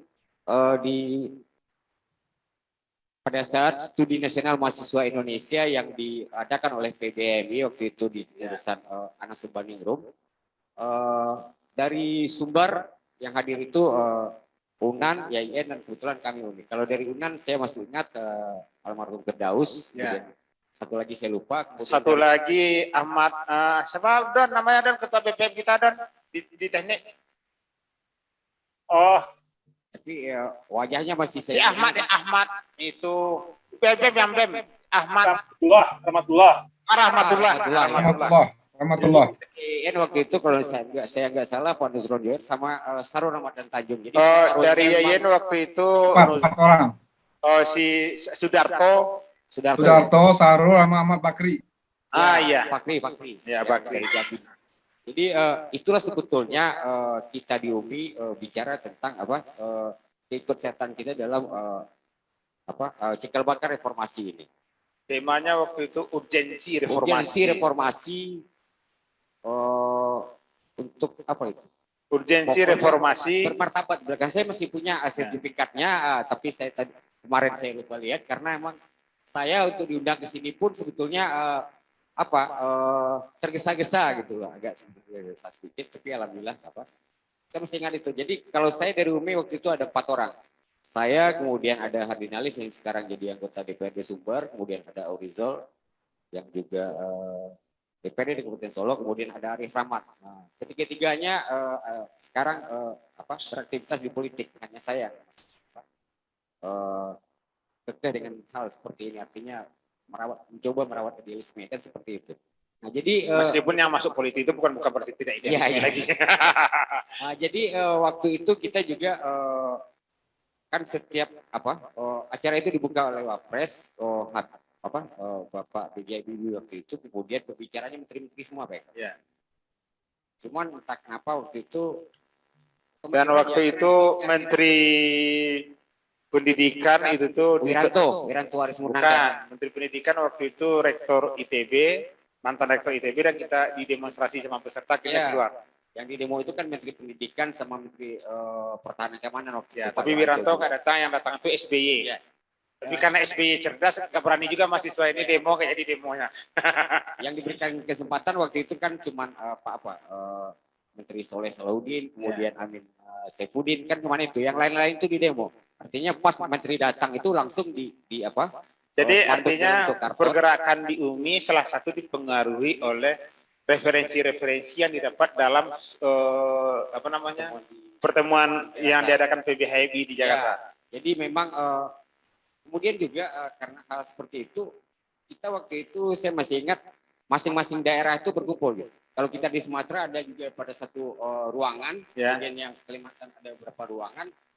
Nah, disitulah kemudian kami di UMI mulai terlibat dengan Nah, pergerakan. kalau aksi-aksi mahasiswanya diadakan di kampus waktu itu di UMI. Ya, jadi kan waktu kita dikumpulkan pada beberapa ruangan itu, Sumatera itu sebetulnya sudah ada agenda. Jadi ada agenda di Sumatera sebetulnya itu berpindah-pindah dari Medan ke Padang, kemudian pokoknya sampailah dari ujung Sumatera sampai ujung Sumatera. Nah, cuman pada Mei itu kan karena ini informasi sudah bocor, kawan-kawan yang akses ke Sumatera Barat ini kan semua ditutup. Kalau demonstrasi pertama kali di Solo itu masih ingat bulan berapa, tanggal berapa? Saya sudah lupa, cuman saya masih clipping dulu itu ketika kawan-kawan wartawan saya tidak ketemu lagi clippingnya. Saya masih Udah bulan mendekat 20. masih Mei, awal-awal Jadi Mei. memang Mei. Pokoknya pas Demonstrasinya di kampus UMI. di UMI. Karena kita di Solo kan cuman punya 2 perguruan tinggi waktu itu, ada UMI kemudian ada dakwah lokal jauh. Tapi Pesertanya udah ramai waktu itu, Pak Ferry. alhamdulillah ramai.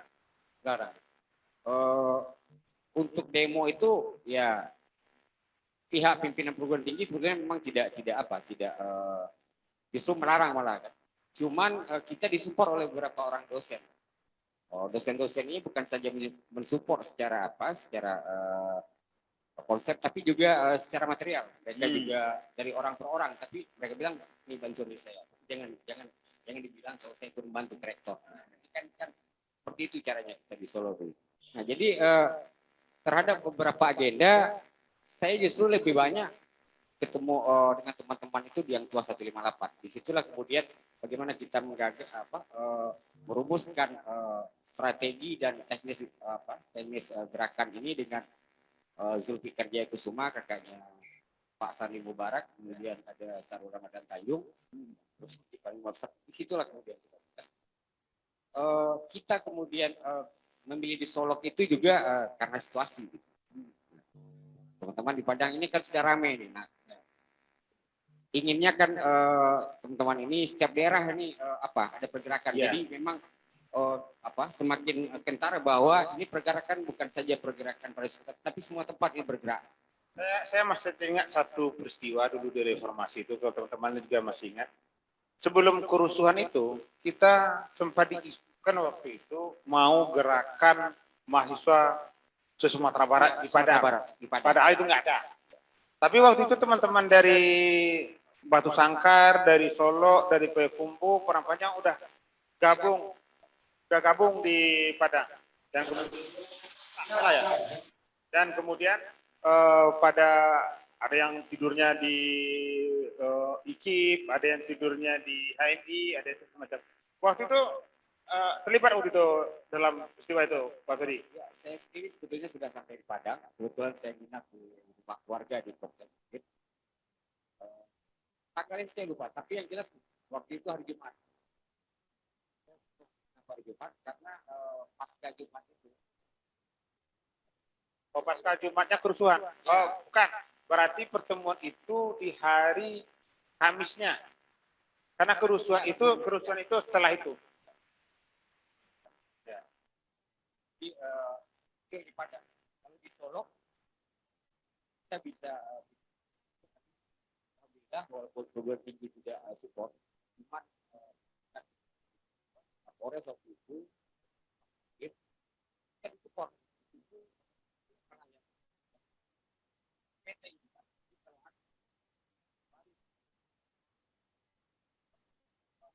Tokoh-tokoh di Solo lain itu siapa itu, Fer? Ya yang pergerakannya.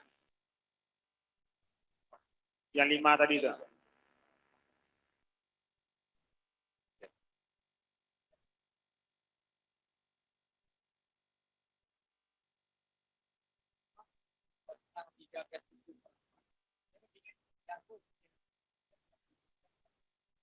Ya, Suaranya kurang jelas. suaranya. Keliling apa? Kita ada miniatur pulau di Taman Nah, Mini.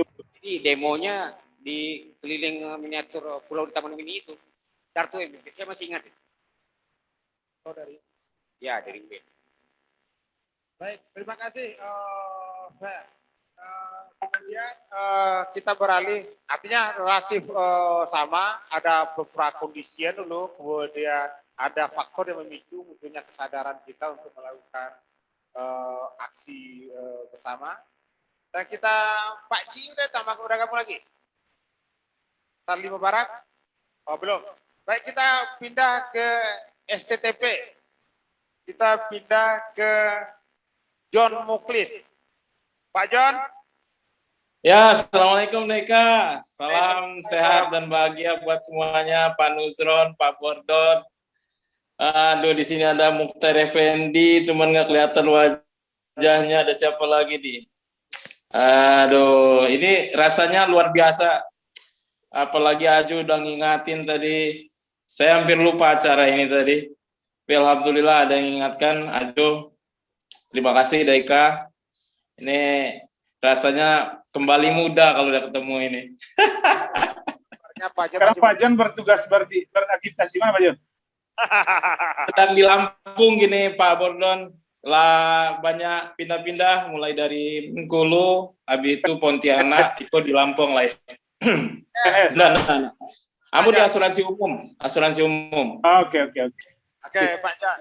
Nah, diskusi kita tadi Pak Jan, kita menceritakan tentang bagaimana kampus kita juga melakukan pergerakan di reformasi.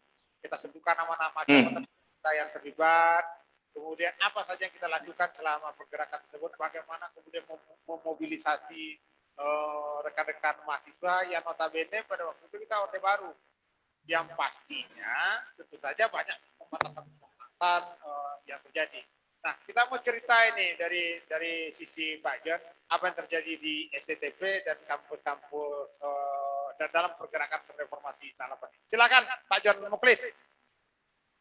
Baik, terima kasih Deka. Aduh, ini kalau menceritakan kisah masa lalu rasanya mungkin kalau masih ada memorinya seperti sekarang ada misalnya yang direkam-rekam lewat video gitu atau TikTok misalnya, aduh senang sekali rasanya itu. Cuman ya tahun 98 itu jelas berbeda ya. Jadi waktu itu kalau kami di STTP sih akibat ya ketemu-ketemu lah. Pertama kali ketemu Pak Ji, Pak Bordon, Pak Nuzron, ya kan, ngumpul-ngumpul kita ketua SMPT ini apa nih kegiatan, ya kan, apa kira-kira yang mau kita adakan, ya paling kita ikut-ikut acara teman-teman dulu, ya kegiatan di UNAN ada acara diskusi, ya kan, kita ikut, ada acara teman-teman Pak Nuzron di IAIN kita ikut, ya akibat ngumpul-ngumpul seperti itu intens, ya ditambah lagi, ya gimana Deka? Kan ketua STTP udah. Iya, ketua senat waktu itu. Ya. Jadi waktu itu memang kita rutin, kalau nggak salah saya mulai tahun 97 pas saya jadi ketua SMPT itu ya mungkin rutin ya. Nggak pernah absen. Apa? Kenapa? Nggak pernah absen. Nggak pernah absen, terus Pak. Pertemuan.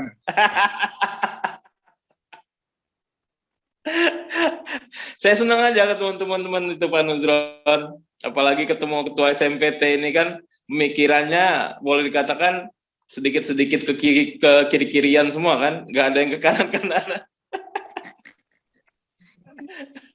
Model Gus Rizal, Pak Nusron itu yang paling penting saya ingat kalau di IAIN itu yang paling gesit itu Pak Gus Rizal itulah, ya kan? Hah? Itu tangan kanan Pak Nusron itu waktu itu, ya. Samping Bakri sama yang lain-lain kan. Kalau apa komandan kita Sarul Ramadan Tanjung itu mungkin sudah di ujung dia baru muncul kan. Kalau Pak Bordon apalagi. Ya, nih, kalau di apa namanya tangan kanan Pak Ji ini di lapangan ya Pak Bordon, ya kan? Kalau di siapa aja aktornya, John? Kenapa Deka? Di STTP siapa aja aktornya? Aktornya ya sementara waktu itu saya one man show nggak salah Deka. Dari banyak peristiwa reformasi itu, John, apa yang paling berkesan? Pertemuan ininya lah, pertemuan rahasianya. Ya kan, itu yang paling berkesan. Itu sampai ke danau apa tuh Pak John?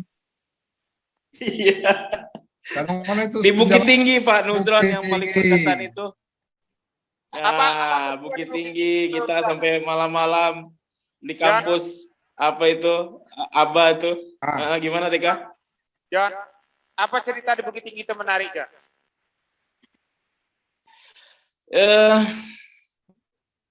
Bukit Tinggi itu momentum sebenarnya ya. Jadi habis berbagai kegiatan waktu itu demo-demo kecil-kecil ya kan sampai besar ya kan. Habis itu ya di Bukit Tinggi itulah ya kan kita nggak tahu waktu itu saya yang jelas teman-teman kayak Pak Ji ya kan Pak Nusron ngajak ayolah katanya kita coba jalan-jalan sekaligus apa katanya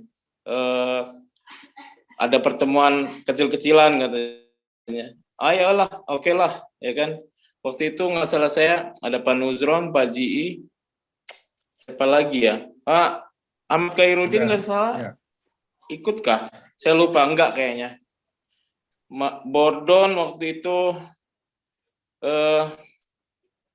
singkat saya juga enggak. Jadi Gus Rizal, Pak Nusron, saya, Pak Ji, siapa lagi? Saya lupa. Ada Marzul Ferry nggak salah ikut waktu itu. Apa aja pembahasan? Yang dibahas ya pembahasannya ya kegiatan ini. Waktu itu nggak salah Pak Nusron tentang ini ya kedatangan Amin Rais kalau nggak salah saya. Ya itu yang kedua itu intinya. Kita kan sudah membentuk setelah membentuk forum komunikasi mahasiswa. Iya, forum komunikasi Sumatera Barat, mahasiswa Sumatera Barat. Kita mengembangkan forum komunikasi Sumatera Barat supaya ada ininya jangan di Padang sendiri. Nah, titik fokusnya untuk mewakili daerah itu Bukit Tinggi. Itu menyatakan bahwa betul sudah merangkum teman-teman Sumatera Barat. Itu daerah itu adalah Bukit Tinggi menjadi sentral di situ. Jadi sehingga teman-teman di kampus lain menganggap oh ya benar ini forum mahasiswa Sumatera Barat. Nusran. Ya. Di kampus Bukit Tinggi, kampus mana aja yang terlibat di luar kampus-kampus yang dari Padang? Aba, kemudian YIN Bukit Tinggi. Ya. UMSP, saya nggak salah nih. Ya, betul. Iya, itu awal pendirian FKMSB itu. Iya, baru saya ingat. Misinya itu, Pak, karena kita ingin mengumpul 48 perguruan tinggi Sumatera Barat. Jangan kesannya hanya Kota Padang. Berarti itu adalah legitimasi mengatakan bahwa ini sudah merangkum bahwa pengurus FKMSB itu sudah berada di luar Kota Padang. Jadi teman-teman merasa, oh ya, ayo. Iya. Di luar Kota Padang, FKMSB ini siapa saja kampusnya nih, Zura? Nah, itu mungkin datanya ada sama Pak Abrol, kalau nggak salah itu. Ada, Bang Bran. Apa aja, Bang? Iya. 48 itu perguruan tinggi itu. Pak Abrol pemimpin. Banyak itu. Banyak waktu itu. Pokoknya di IAIN Bukit Tinggi, Batu Sangkar juga nggak salah saya ikut deh. Ikut semua. Iya ya, nggak salah ikut deh.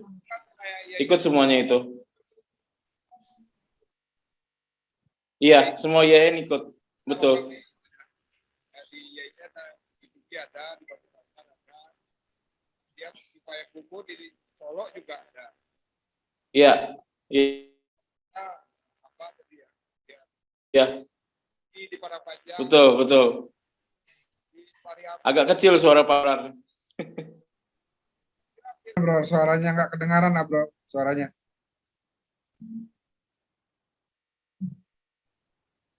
Ya saya kira perguruan tingginya hampir semua ya. Waktu itu memang kita data dan kita absen waktu pertemuan di IAIN itu semua perguruan tinggi hadir. Termasuk yang di daerah ya. Kayak di perguruan tinggi negeri kan ada lokal jauh ya. Di pertanian di Payakumbuh juga hadir. Kemudian di Tangkar ya Bukit Tinggi. Pernah pertemuan itu yang hadir semua. Hadir semuanya 48 itu. Di IAIN. IAIN. Yang di Padang. Malam acaranya. Yang presidiumnya waktu itu saya, Nuzran sama Gus Rizal. Itu sampai subuh acaranya itu. Ya di ruangan P2. Iya, betul. Pembicaraan waktu itu kita mensepakati tentang poin-poin ya untuk melakukan gerakan itu ya. Tapi memang Itu bulan apa, Pak? saya lupa itu. Tapi kalau harinya Jadi gini Pak Eka, malam itu isunya hanya satu, mengkonsolidasi gerakan serentak tanggal 20 Mei, itu intinya. Turunkan Soeharto. Turunkan Soeharto. Jadi tanggal 20 itu sudah konsolidir, cuman kan pada pelaksanaannya waktu itu kita tunggu teman-teman yang dari UNAN nggak datang. Kita sudah berpusat ya Pak Muklis di gedung di depan kantor gubernur. Betul, betul. Nah, ternyata pas kita menunggu kalau gabung semuanya waktu itu di kantor gubernur, kita tunggu teman-teman UNAN menduduki RRI. Kan begitu ceritanya. Kemudian teman-teman dari IKIP, apakah dari Bung Hatta ya menduduki DPRD. Ya, IKIP. Ya. Jadi waktu itu nggak nyambung kan. Tugun Sugianto, full. Muhtar Effendi. Ya, full masa itu di kantor gubernur. Ya. Nah, setelah itu kita tunggu nggak datang teman-teman, baru kita kita duduki masa yang ada di kantor gubernur, kita alihkan langsung ke TPRI. Tanggal berapa itu, Pak? Tanggal 20. Tanggal 20 betul. 20 Mei. 20 Mei. 21 20 Mei. Ya. Kalau di Bukit Tinggi itu kalau nggak salah seminggu sebelumnya deh itu. Ya Pak Nuzron. Ya. Seminggu sebelumnya. Jadi memang itulah mungkin peristiwa ininya tuh, momen puncaknya pada saat itu pembentukan FKMSB, terus komitmen untuk gerakan untuk turunkan Soeharto waktu itu untuk tanggal 20 Mei. Jadi banyak memang waktu itu terutama teman-teman IAIN yang hadir, ya kan, karena mungkin Pak Nuzron juga sama Pak Abrar yang banyak mengkonsolidasikannya. Jadi banyak teman-teman juga yang daerah itu bisa hadir, walaupun setengah takut ya, karena intel di mana-mana itu, jadi kita ya sedikit nggak terlalu banyak ini. Dan itu pun pertemuan selesai selesai subuh udah selesai. Habis itu kita jalan ya Pak Nuzron, makan-makan. Kita nginap di mana? Padang Panjang. Yang ada danau itu apa Pak Muklis? Oh, Meninjau. Meninjau. Memang pagi subuhnya berhenti di Katupe Pitalah. Berhenti di Pitalah. Pak Ji udah hadir nih Pak Ji. Pak Ji ada. Hadir. Ji hadir. Tadi udah datang. Jadi baikkan ini sedikit nambahnya. Jadi pertemuan itu sebenarnya sangat sering ya. Kalau nggak salah saya itu di IAIN, kemudian IKIP, Bung Hatta, dan itu STP, bergilir itu. STP ya. Jadi 2 hari sekali rapat gitu ya. Dan itu memang rutin terus itu. Ya, makanya kesamaan visi itu terbangun gitu. Karena bukan satu kali pertemuan. Saya kira lebih dari 1 bulan kita pertemuannya rutin itu. Nah, sekarang kita sebelum kita beralih ke GI ini yang belum muncul juga. Nah sekarang kita bicara contohnya ini, kita membicarakan tentang kondisi hari ini. Tadi kita sebelum ini ingin melihat contohnya, apakah perjuangan reformasi yang kita, agenda-agenda reformasi kita bungkus dengan reformasi total tadi itu, secara gerakan berhasil lah menumbangkan Presiden Soeharto pada waktu itu. Tetapi perjuangan kita sebenarnya kan bukan untuk menumbangkan Presiden Soeharto. Tapi yang kita lakukan adalah bagaimana reformasi total itu terjadi. Dan salah satu langkahnya adalah reformasi terlaksana jika Soeharto turun. Nah sekarang bagaimana penilaian teman-teman semuanya ketika kita melihat kondisi hari ini? Apakah reformasi total yang kita agendakan itu sudah berjalan nggak hari ini? Sudah sampai manakah perjalannya hari ini? Kita mulailah dari Nusran. Silakan Nusran. Ya, baik Pak Eka. Kalau kita melihat apa yang menjadi isu strategis amanat daripada reformasi, pertama kan runtuhnya Orde Baru dalam hal ini kita minta Soeharto turun. Tapi setelah itu kan kita minta Soeharto diadili, termasuk kroninya. Itu kan pesan reformasi kan itu. Ya. Ini sebenarnya masih meninggalkan catatan yang belum tuntas, Pak Eka. Ya. Jadi sampai hari ini proses apakah Soeharto itu korupsi, nepotisme, itu tidak ada keputusan hukum sampai hari ini. Ya. Betul. Nah, itu. Dan inilah yang mengakibatkan, ya mohon maaf ya, Partai Golkar dalam hal itu pernah menyampaikan ya bahwa bagaimana Soeharto bisa menjadi pahlawan. Ya. Nah artinya proses penegakan hukum itu tidak terjadi sampai sehingga ya hukum bisa diperjualbelikan, bisa dinegosiasikan sehingga hari ini menjadi jawaban ya 24 tahun reformasi. Ya, siapapun kena persoalan hukum, korupsi, malah korupsi merajalela. Ya. Nah, persoalan pertama adalah tidak tuntasnya status hukum Soeharto dan kroninya. Karena itu adalah salah satu 6 poin utama amanat reformasi.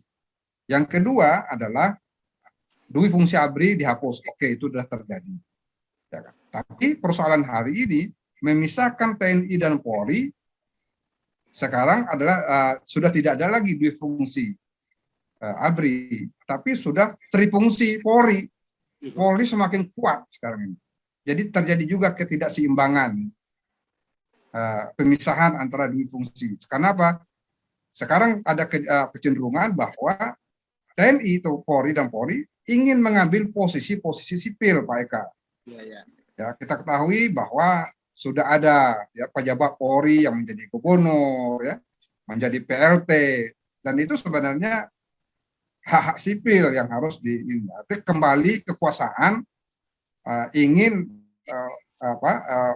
sebuah rezim ingin menancapkan kekuasaan.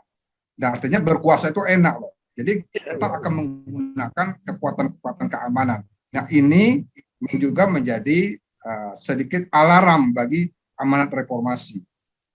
Nah, yang pertama tadi masalah korupsi yang nggak tuntas. Kemudian masalah dui fungsi ABRI. Yang ketiga, salah satu amanatnya adalah masalah otonomi daerah. Nah, otonomi daerah artinya itu sudah terjadi, oke, terjadi di kabupaten kota. Tetapi hari ini regulasi nasional kita pusat kembali ingin mencaplok lagi kekuasaan dengan lahirnya Undang-Undang Omnibus Law, ya. Itu artinya mereduksi kembali amanat reformasi bahwa otonomi itu sudah 20 sekian tahun, tetapi ini ditarik lagi secara tidak sadar sebenarnya daerah menjerit. Artinya amanat reformasi kembali ditarik bahwa sentralistik itu kembali lagi tanpa kita sadari.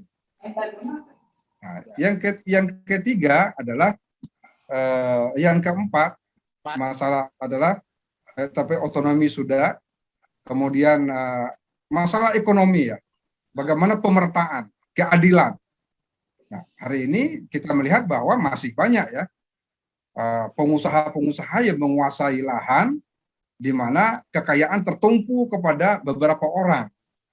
Nah, ini juga masalah ketidakadilan juga mencaplok lahan ya, kemudian tanah masyarakat yang ingin dikuasai oleh pusat juga. Nah, ini adalah bom waktu semua. Kalau ini pada saat reformasi berjalan, pada persamaan kehendak rakyat itu di mana keadilan tidak juga dinikmati oleh rakyat, sebenarnya menunggu waktu juga akan terjadi bisa saja reformasi jilid kedua. Jadi memang reformasi struktural yang kita inginkan sudah berjalan, tetapi substansi reformasi hari ini kita melihat bahwa jauh. Kita melihat walaupun ada, termasuk kita, saya pernah juga di DPD ya, banyak teman-teman yang aktivis reformasi yang sedang menjabat hari ini, semua mengeluh bahwa apa yang menjadi cita-cita reformasi sebenarnya ini menjadi alarm. Saya meyakini kalau ini tidak cepat mengkonsolidir aktivis 98 akan terjadi reformasi jilid kedua. Ini sebenarnya menunggu waktu, Pak. Kalau mau jujur ya, sudah ada kegelisahan bahwa kita melihat apa yang seharusnya dengan apa yang terjadi di lapangan. Nah, ini jauh dari apa ya, saya mengatakan tadi ada perubahan amandemen undang-undang tadi ya. Salah satu agenda reformasi. Agenda apa yang terjadi sekarang semakin jauh dari informasi yang pernah kita bicarakan. Ya, artinya apa yang menjadi cita-cita reformasi 98 jauh dari apa yang kita harapkan, tidak mencapai. Jadi ini memang menjadi PR, Pak. Nah, perlu bagaimana? Ya, kita harus mereform kembali apakah niat. Tapi ujungnya sebenarnya saya ingin mengatakan di forum ini bahwa persoalan itu sebenarnya dari segi regulasi, dari segi reformasi dalam segi konstitusi kita ya, dengan amandemen Undang-Undang Dasar yang 4 kali itu, ada lembaga baru, ada DPD ya, ada MK, ada lainnya, sebenarnya sudah bagus. Persoalannya Pak Eka, saya ingin mengatakan bahwa moral daripada politisi kita, pejabat penyelenggara negara itu persoalan hari ini. Moralitas penyelenggara negara tidak memberikan keteladanan sesuai dengan amanat.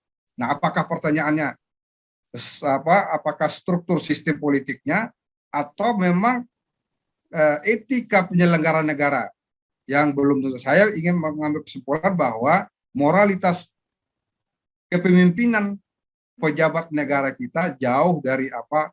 Nah, ini perlu sebenarnya kita berharap revolusi mental yang dilakukan oleh Jokowi bisa betul-betul ya menjadi titik masuk. Tetapi hari ini ya semakin banyak ya, hampir 300 orang bupati, gubernur yang masuk, kemudian puluhan anggota DPR, DPRD yang masuk ke ini, artinya memang jauh dari amanat reformasi yang kita inginkan. Jadi begitu Pak Eka.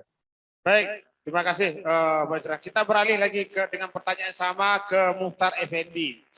Dari agenda reformasi yang kita pernah ungkapkan, kita canangkan itu, dan setelah 24 tahun, bagaimana?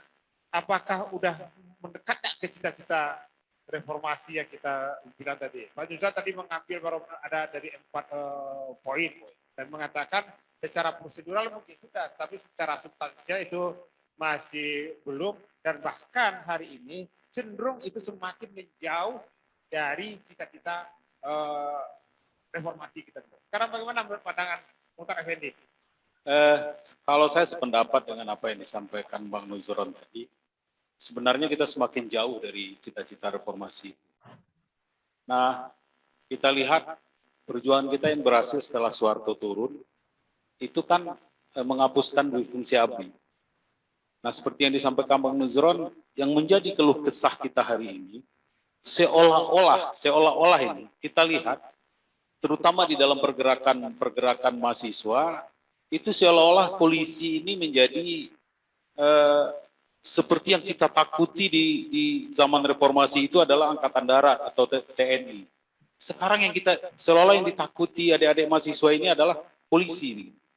Nah, seperti yang disampaikan Bang Nuzron, kalau dui fungsi ABRI yang kita cabut dulu, yang kita tuntut dulu untuk dicabut, sekarang yang terjadi itu malah berlebihan oleh kepolisian. Bahkan konon dari cerita yang kita dengar, malam persenjataan pun lebih difokuskan kepada Polri. Nah, seolah-olah TNI ini barisan, kalau dulu kan kalau diurut Angkatan Darat, Angkatan Udara, Angkatan Laut, kemudian Polri. Sekarang malah kebalik, Polri-nya di atas, seolah-olah Angkatan Darat, Angkatan Laut, Angkatan Udara itu berada di posisi bawah. Nah, ini juga menjadi sebuah, menurut saya sesuatu yang mengendap, dan ini juga tidak baik, begitu.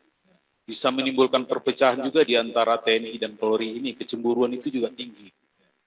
Dan yang cara-cara yang dilakukan TNI hari ini, menurut saya sebenarnya itu yang harus dilakukan oleh Polri dalam mengantisipasi demo umpamanya. Itu kan gaya TNI itu lebih bersahabat dengan adik-adik mahasiswa. Nah, cara-cara ini tidak dilakukan oleh Polri, dan yang paling mengerikan kita lihat beberapa video, dan yang paling membahayakan lagi, seolah-olah tidak ada hukuman bagi Polri. Berapa banyak peristiwa yang kita lihat waktu setelah pemilu 2019 kemarin, kemudian ada peristiwa juga KM 50, yang menurut saya ini terlalu semena-mena perlakuan Polri. Jadi saya berpikir yang dibayangkan oleh rakyat Indonesia hari ini, kalau terjadi peristiwa 98, itu yang terbayang adalah musuh utama itu adalah Polri. Itu yang digambarkan seolah-olah bagi adik-adik mahasiswa dan juga masyarakat Indonesia. Nah, kemudian cara-cara yang dilakukan Polri di dalam penuntasan persoalan hukum, menurut saya juga sangat perlu diawasi terus. Karena setiap banyak hal yang tidak tuntas persoalan hukum itu, dan mandeknya di situ, di kepolisian, gitu. Baik peristiwa korupsi, dan ujung-ujungnya selalu boleh kita pahami negosiasi aja. Koruptor juga tidak, kalau kita serahkan ke kepolisian ini sering mandek, begitu. Nah, konon kabarnya ini sering terjadi negosiasi. Jadi multifungsi, kalau Bang Nuzron tadi menyampaikan ini adalah trifungsi, kalau saya sudah melihatnya udah multifungsi. Semua posisi dia masuk, bisnis pun dia ikut, gitu. Nah, ini yang paling mengerikan buat kita.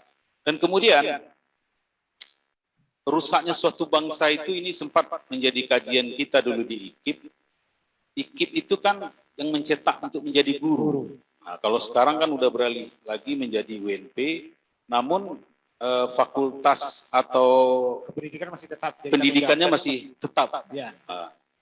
Lalu rekrutmen tenaga pendidik ini, menurut saya untuk memperbaiki suatu bangsa, ini pernah kita diskusi dulu di 8 IKIP se-Indonesia dulu bertemu dan berbicara soal reformasi pendidikan, termasuk salah satunya adalah bagaimana menambah anggaran pendidikan waktu itu. Dan alhamdulillah ini termasuk bagian perjuangan kita bersama juga yang berhasil sebenarnya, tapi hanya di tingkat anggaran, gitu.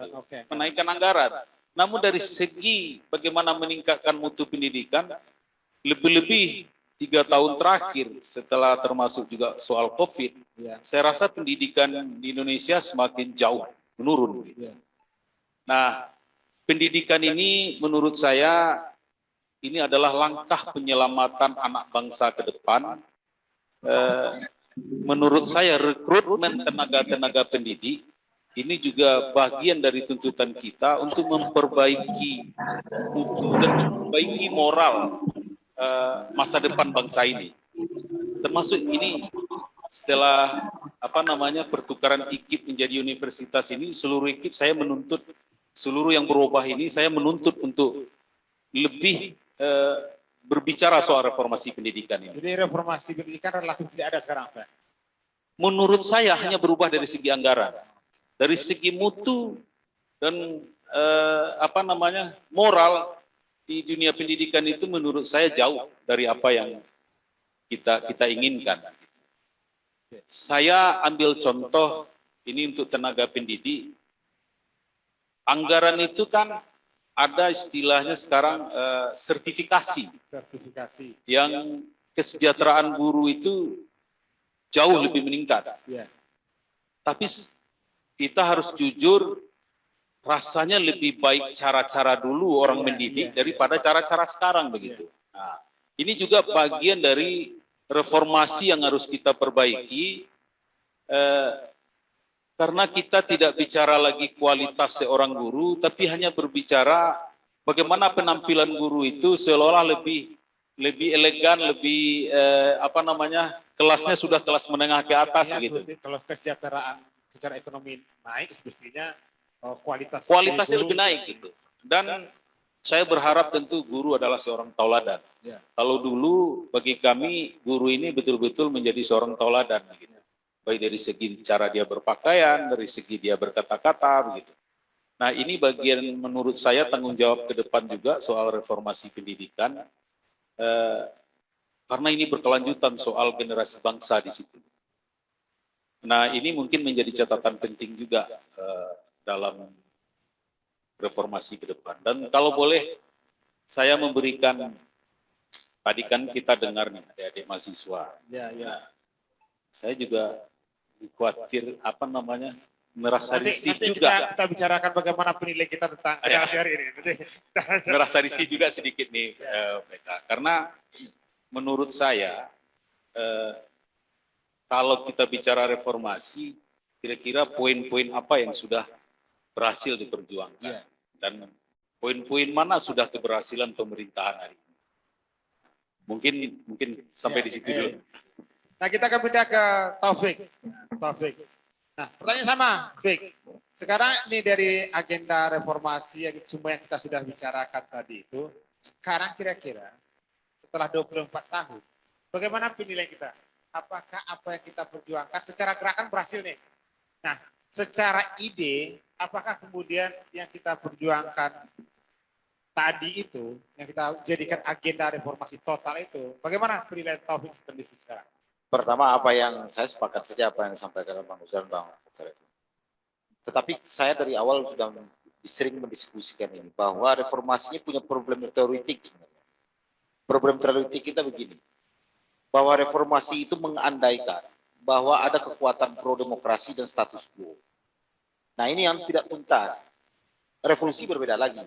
Pilihan terhadap diksi reformasi dan bentuk gerakan reformasi sebenarnya juga mempertimbangkan itu. Apa pertimbangannya? Bahwa sebenarnya kekuatan pro-demokrasi pada awal-awalnya itu juga tidak terkonsolidasi dengan baik. Makanya kekuatan pro-status quo juga baik. Faktanya yang terjadi itu, yang terjadi konsolidasi pasca reformasi itu tidak pro-demokrasi, tapi adalah yang status quo. Nah, jadi itu yang menjadi problem kita. Jadi apa yang terjadi hari ini, ya tidak jauh berubah-ubah dengan Golkar juga, semuanya kan itu. Contohnya orang-orang itu juga yang menduduki posisi-posisi penting. Lu lagi. Tambah lagi, ada kekuatan modal yang masuk, ada kekuatan media yang masuk hari ini. Sehingga ya, mungkin dulu tidak ada yang namanya dinasti Orde Baru, Soeharto dengan apa istilahnya, alamat tempat tinggalnya ini, Cendana. Sekarang yang terjadi tidak oligarki, dinasti yang pecah-pecah dan sebagainya. Jadi kalau kita berharap bahwa gagasan ide reformasi awal itu terlaksana saat sekarang itu, saya pikir tidak akan mungkin juga. Karena apa yang terjadi? Gerakan pro-demokrasi hari ini terbelah. Isunya sudah macam-macam. Sehingga yang menjadi isu utama tidak banyak lagi civil society. Civil society juga kita tidak kuat dalam membentengi kekuatan pro status quo. Yang terjadi konsolidasi terus-menerus itu ya pro status quo. Dan pro status quo itu sebenarnya yang selama ini menikmati di bawah rezim Orde Baru tadi itu. Nah, ini saya melihat generasi ini akan habis 30 tahun. Nah, di angka 30 tahun nanti setelah 98, 30 tahun, mungkin akan tumbuh generasi-generasi yang mungkin ya milenial sekarang atau apa, mungkin itu bisa terdiskontinue gagasan seperti itu. Tapi kalau kita pun sendiri, mungkin semangatnya adalah reformasi, tetapi sebenarnya alam pikiran kita sebenarnya juga, toh ternyata teman-teman aktivis reformasi juga banyak bermasalah, kan gitu. Yang dulu memang berteriak idealisme, bicara tentang persoalan nepotisme, KKN dan sebagainya. Salahnya di mana tuh, Be? Ya, seperti yang dikatakan Bang Uzal tadi, kita juga tidak tuntas persoalan moralitas personal. Di persoalan kita juga, problem kita adalah persoalan moralitas personal. Bahwa ide bersama itu penting, tetapi ketika ide itu diterjemahkan menjadi sebuah aktivitas kegiatan politik, maka salah satu kuncinya persoalan moralitas personal. Ketika integritas dan sebagainya, itu memang persoalan banyak unsur lah yang bisa melibatkan ketika integritas yang kuat, kemudian bagaimana personal itu punya moralitas yang kuat. Jadi kalau sistem saya pikir sangat luar biasa, jauh dibandingkan Orde Baru. Kalau Orde Baru kita seperti ini juga sudah jadi persoalan. Tetapi keterbukaan pemerintah sudah bisa dikritik, saya pikir itu juga alat yang sudah luar biasa dibandingkan Orde Baru. Tapi apakah sistem hukum kita bermasalah? Ya, saya pikir ya. Tetapi kan tarik-menarik itu kan terjadi sekarang. Tarik-menarik di hukum, di ketatanegaraan, persoalan undang-undang otonomi daerah, undang-undang otonomi khusus, macam-macam dan sebagainya.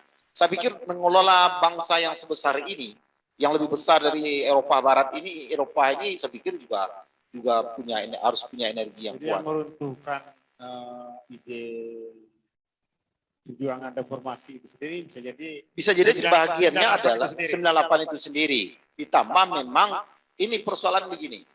Teman-teman di aktivis 98 memang mau tidak mau masuk kepada sistem yang sebenarnya yang dibikin oleh kelompok-kelompok pro status quo yang sudah terkonsolidasi dengan baik. Mana Partai Reformasi? PRD anggap seperti itu Partai Reformasi. KO juga dengan tidak ada punya kekuatan modal. Ada PSI yang mau ngaku. Ada PSI mengatur milenial juga tidak punya tempat suara di mata masyarakat. Jadi Karena problem memang kita tidak jadi anak muda situ.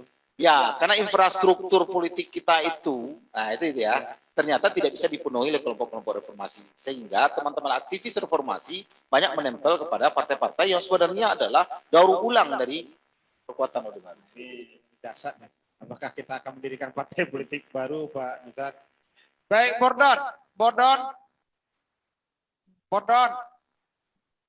Halo, Bordon. Siap, Eka, sorry, barusan mic-nya matiin. Oke, Bordon. Ini pertanyaan sama Bordon. Dari sejak cerita panjang kita tadi itu tentang reformasi, cita-cita kita terhadap reformasi, Pak Bordon bahkan sempat lari-lari kemana-mana untuk memperjuangkan reformasi. Sekarang bagaimana penilaian Pak Bordon? Capaian apakah reformasi yang kita lakukan hari ini, jauh mana evaluasinya dibandingkan apa yang kita lakukan hari ini? Silakan Pak Bordon. Oke. Bentar dulu ya, sebentar saya pengen komunikasi dulu sama Pak John Muklis. Saya masih teringat dulu Pak John Muklis ini kalau ada ngumpul dia suka pakai baju karate, masih ada itu baju? Masih. Kalau di tawar itu ngumpul dia pakai baju karate, kan habis latihan langsung diajak rapat itu. Udah nggak ingat lagi itu Pak Bordon itu. Saya ucapin selamat sama Pak Nusran Johar masuk di DPD RI, masuk partai, terus jadi politisi lah. Kemudian bisa mewakili kepentingan daripada aktivis 98 untuk memperbaiki diri. Kemudian pertanyaan Eka itu saya perlu sampaikan itu tidak tepat diajukan ke saya. Nah itu lebih pas diajukan kepada para akademisi yang sekarang itu adalah aktivis 98 dulu, sekarang jadi akademisi. Seperti Eka yang jawab. Betul Pak Bordon, itu Eka yang jawab. Ya itu. saya ini kan, Pak Bordon itu. saya ini akan dulunya agen lapangan yang saya sendiri nggak tahu kenapa saya didudukan. Nah betul, pas itu. Yang merancang itu semua Pak Nusran Johar setelah saya sedikit-sedikit. Itu dia. Setelah saya pikir-pikir, besar kemungkinan saya didudukan sebagai ketua FKMSP itu karena yang lain nggak mau ketangkep. Curiga saya itu, jadi saya jadi tumbal aja. Jadi tumbal ya Pak Bordon. Jadi tumbal. Kalau saya kan percaya pada nasib aja. Kalau nasib kita masuk penjara ya masuk, kalau enggak kan gitu. Jadi rasa takutnya nggak kurang kan itu aja. Bordon. Ternyata tokoh di belakang layar ini ternyata ada Pak Nusran Johar. Kalau pertanyaan Eka tadi ya. Lanjut. Jadi kalau bagi saya sih sebagai orang lapangan ya, jadi bagi saya tugas saya itu sudah selesai. Kenapa saya akan selesai? Agenda kita waktu itu adalah mereformasi. Udah partai politik udah berdiri banyak, tidak ada lagi Golkar, PDIP dan P3 doang, banyak. Udah jalan Majelis Konstitusi. Kalau sekarang ada masalah dengan negara ini, Itu tanggung jawab generasi sekarang, tanggung jawab generasi dulu menurut saya sudah selesai. Nah, Artinya pertanyaannya pada masa itu kita sudah menyelesaikan tanggung jawab kita sebagai mahasiswa yang sebagai perwakilan hati nurani masyarakat ya. Kalau masalah perjalanan reformasi memang itu hukum alam, nggak bisa. Yang punya duit, yang berkuasa itu memang tidak mau direformasi seperti apapun akan kembali lagi seperti itu. Udah sunatullah ya Pak Bordon? Itu ya udah hukum alamnya seperti Udah itu. hukum alam, betul. Kalau kita nggak punya duit ya kita nggak bisa ngapa-ngapain. Sekarang berapa modal jadi bupati, berapa modal jadi anggota DPRD, berapa modalnya? Tanya aja Pak Nuzron dulu modalnya berapa itu.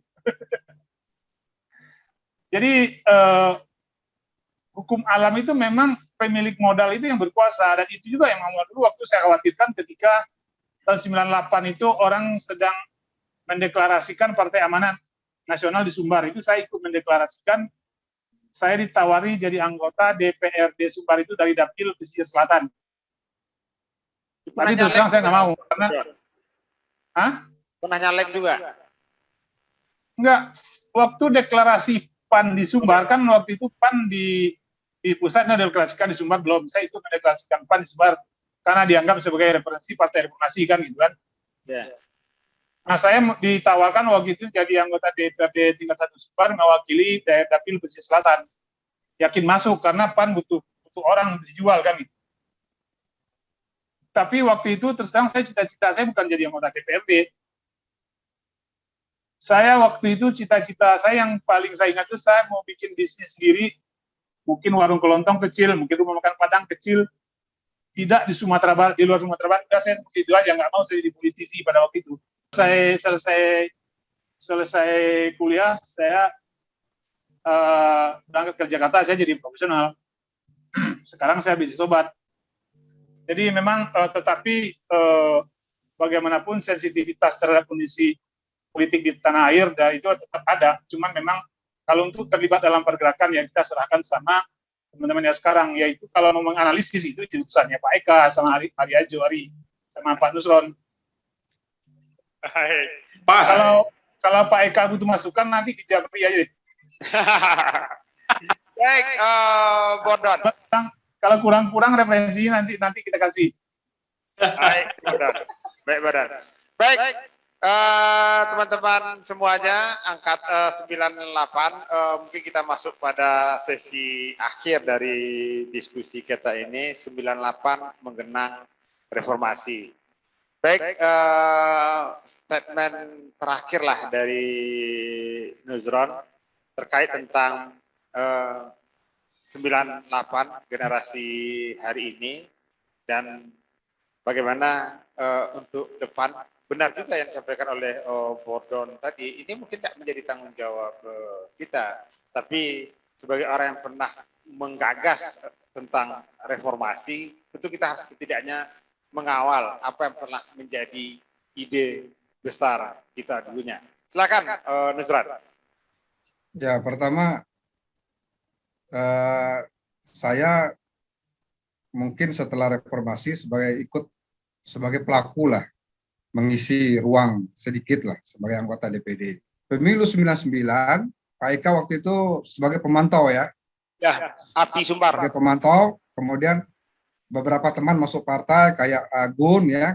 Saya ke Jakarta, Pak. Memang ke Jakarta, ada urusan keluarga, ya saya menikmati saja. Saya mendirikan pulang kampung, waktu itu mendirikan HMI di Kerinci. Saya kembali seperti bayi baru lahir sebagai aktivis. Saya ketok anak-anak mahasiswa itu, saya tidur di kampus IAIN Kerinci itu. Ya, bayangkan satu angkatan kita yang 98, angkatan BP-nya 92, itu teman saya satu angkatan satu kos, itu sudah jadi dosen. Saya masih keliling rumah kampus untuk anak-anak masuk HMI. Itu yang saya lakukan. Artinya nilai mahasiswa saya masih ini, saya tularkan apa yang ada di Padang, saya transformasikan di kampung. Alhamdulillah, waktu itu memang ada pergerakan juga reformasi kan dari nasional ke regional, wilayah, kemudian di lokal tetap jadi. Nah, waktu itu saya ke Jakarta, ya, gabung dengan Pak Eka, kita di PBHMI. ada menarik sebuah lembaga namanya DPD, DUD, Dewan Utusan Daerah, bukan? Saya S2 di ilmu pemerintahan. Ini menarik, akhirnya jadi, Pak. Nah, menariknya karena salah satu isu reformasi ada otonomi daerah, memberikan keluasan. Nah, DPD bagus. Nah, waktu menjadi anggota DPD, wah susah, Pak. Baik, terima kasih Nuzran. Ini ada hampir 2 jam kita berdiskusi. Tapi dari pembicaraan tadi saya bisa menyimpulkan beberapa hal. Bahwa gerakan 98 itu muncul tidak tiba-tiba. Dia muncul dari proses yang panjang. Di YIN tentunya ada prakondisi yang luar biasa, ada kebebasan yang luar biasa di YIN Imam Bonjol Padang itu dengan mendatangkan orang tokoh-tokoh nasional sehingga transformasi pemikiran itu terjadi di YIN. Ini masih kita temukan sekarang cara Nuzran menelaah banyak kasus sebenarnya.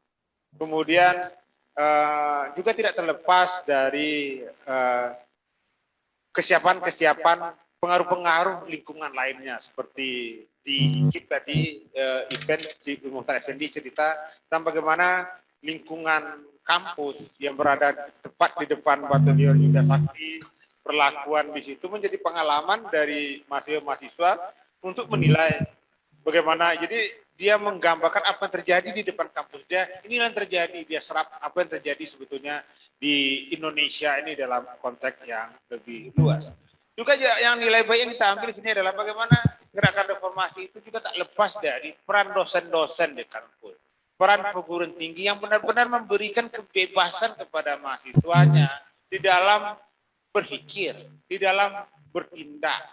Meskipun hari itu kita berada pada kondisi yang otoritarianisme, tetapi kampus setidaknya memberikan ruang kepada mahasiswa untuk berkreativitas, untuk bicara berbeda dari kekuasaan, untuk bicara berbeda dari mainstream yang ada. Dan ini yang membesarkan kita secara bersama-sama. Yang ketiga, gerakan reformasi juga tidak terjadi tiba-tiba karena komunikasi, meski waktu itu belum ada WhatsApp, meskipun belum ada internet, belum ada handphone, tetapi kita membangun komunikasi, membangun silaturahmi, membangun aliansi-aliansi secara rutin, secara berkala, sehingga yang tercipta di antara para aktivis itu bukan hanya komunikasi, bukan hanya ikatan perkenalan, tapi ikatan yang jauh lebih dari itu. Ada dengan sering bertemu, sering berdiskusi, ada trust, ada kepercayaan yang muncul. Sehingga karena kita bertemunya tatap muka, kita bisa saling berdiskusi. Dan yang keempat, yang terakhir, tentu sajalah kenapa gerakan 98 itu bisa muncul ketika lingkungan eksternal itu benar-benar sudah keluar dari nilai yang ada. Pembelajaran yang kita dapatkan di kampus, pembelajaran yang kita dapatkan dalam lingkungan sosial ternyata berbeda dari kenyataan ada. Nah, jika kita hari ini menilai contohnya bahwasanya cita-cita kita terhadap reformasi itu semakin jauh dari yang dari kita cita-citakan, tentu kalau kita merujuk ke pernyataan Taufik tadi, ini juga tidak terlepas dari keotentikan kita sebagai generasi 98, sebagai keotentikan kita sebagai orang pernah berteriak tentang reformasi total, juga otentik bahwa tidak melakukan segala sesuatu yang kita perjuangkan di 98 tersebut. Kalau godaan seperti yang disampaikan oleh Bordon, ada godaan kapitalisme, ada godaan oligarki, godaan itulah yang kita lawan, yang kita protes dulu yang terjadi pada pemimpin negeri ini. Jangan sampai godaan itu terulang untuk kitanya. Terima kasih. Salam reformasi. Semoga reformasi Dulu, kita. Kak, kalau si statement Kak. Bentar. Boleh, silakan. Minta waktu 5 menit nih. Kebanyakan semenit. Jadi gini, saat ini yang perlu saya sampaikan saatnya pakar dan akademisi yang bicara. Itu wilayahnya Dr. Eka sama Dr. Haji Wahid Effendi. Siap. Nah, kita ini pendukung-pendukung kalau ada yang nakal-nakal yang nanti kita yang maju kan gitu. Siap. Nah, ini kan pasukan-pasukan militan yang ada di bawah. Tapi Ya. kan secara intelektual ya komandannya harusnya ada di Revolt Institute. Nah, sekarang kita berharap, kalau di saya pribadi ya, kita bantu membuka alam pikiran para politisi di Sumatera Barat itu biar lebih, kalau bahasa kita ya lebih cerdas lah. Itu dimotori oleh Eka. Jadi Jadi kurang cerdas politisi Sumatera Barat sekarang, Bordon. menurut saya kurang, tuh secara nasional nggak ada yang muncul kan masalahnya. Nah, sekarang kita buka alam pikiran kawan-kawan yang jadi politisi itu sehingga bisa dia tampil di level nasional kan gitu. Ya. Nah, jadi kalau boleh, kalau mau berkenan, saya sarankan kita buat aja aliansi 98 yang dimotori oleh Revolt Institute untuk memberikan tawaran-tawaran pemikiran kepada politisi Sumbar ini, para pemain-pemain politik di Sumbar agar jangkauan berpikir itu bisa masuk di level nasional kan gitu. Ya. Itu yang bagus itu Pak. Para politisi kita di Sumbar saat ini menurut saya sih kurang greget sih, jadi isunya menurut saya terlalu lokal gitu. Jadi kalau boleh saya merekomendasikan, silakan Bro Eka dan Bro Ajo yang S3 itu di bidang ilmu politik untuk menginisiasi itu. Kalau kita secara moral dan secara materi, secara mental spiritual pasti didukung. Cuman bagaimana kita akan melakukan itu? Artinya sekarang harus dimulai itu. Menanam benihnya ini harus dimulai saat ini, mulai dengan revolusi itu. Dan pasti saya juga terima kasih Eka sudah mendirikan bersama kawan-kawan revolusi itu. Ya. Setidaknya ada tawaran pemikiran alternatif untuk para politisi Sumbar di luar yang mainstream-mainstreamnya ada. Kenapa saya tawarkan untuk kawan-kawan itu? Karena nantinya itu kepala para politisi Sumbar itu akan direcokin oleh DPP partainya aja tanpa ada tawaran pikiran lain. Jadi para politisi P3, Gerindra, PDIP, itu apa kata DPP itu yang akan dilakukan tanpa ada tawaran pikiran yang lain di luar konteks DPP-nya. Jadi kacung-kacung partai putih aja jadi semua itu. Jadi biar mereka itu cerdas, biar mereka memaknai Sumbar itu secara lebih intelektual, disitulah posisi para akademisi ini seperti Eka dan Ajwari ini. Udah itu aja Kak, makasih. Baik, saya ketemu dengan Bordon 98 lagi yang selalu risau dengan istiadat. Baik, sebelum saya tutup nih ada Muhtar Effendi. Saya persilakan untuk terakhir closing statement-nya. Muhtar Effendi. Terima kasih. Sebenarnya sedikit saja. Saya merasa berbahagia bertemu dengan kawan-kawan seperjuangan. Dan yang paling bahagia lagi ada Revolt Institute yang merasa kita mendapatkan tempat yang bisa melanjutkan agenda-agenda reformasi minimal untuk diskusi dan untuk kita lanjutkan ke wakil-wakil rakyat mungkin, termasuk juga ke pemerintah daerah dan termasuk juga pemerintahan pusat. Mungkin melalui Revolt Institute ini pemikiran-pemikiran kawan-kawan seperjuangan bisa dicurahkan di sini. Dan itu yang saya cukup banggakan, ada teman-teman kita sama-sama seperjuangan yang menyediakan arena seperti ini. Ini cukup saya ucapkan dan saya apresiasi dengan sangat. Terima kasih banyak. Mungkin itu saja dan saya setuju dengan pendapat Bang Bordon tadi. Mungkin ini kita bikin semacam aliansi lah atau semacam ada grup-grupnya lah gitu. Untuk diskusi-diskusi ringan aktivis 98. Mungkin itu saja. Terima kasih. Baik. Ya, juga Eka sudah mempertemukan kita semua sehingga silaturahmi bisa kembali terjalin. Ini sebuah kebahagiaan bagi saya pribadi bisa ketemu lagi setelah darahnya ngalir cepat lagi ya. Tahun lebih ya. Darahnya ngalir cepat lagi.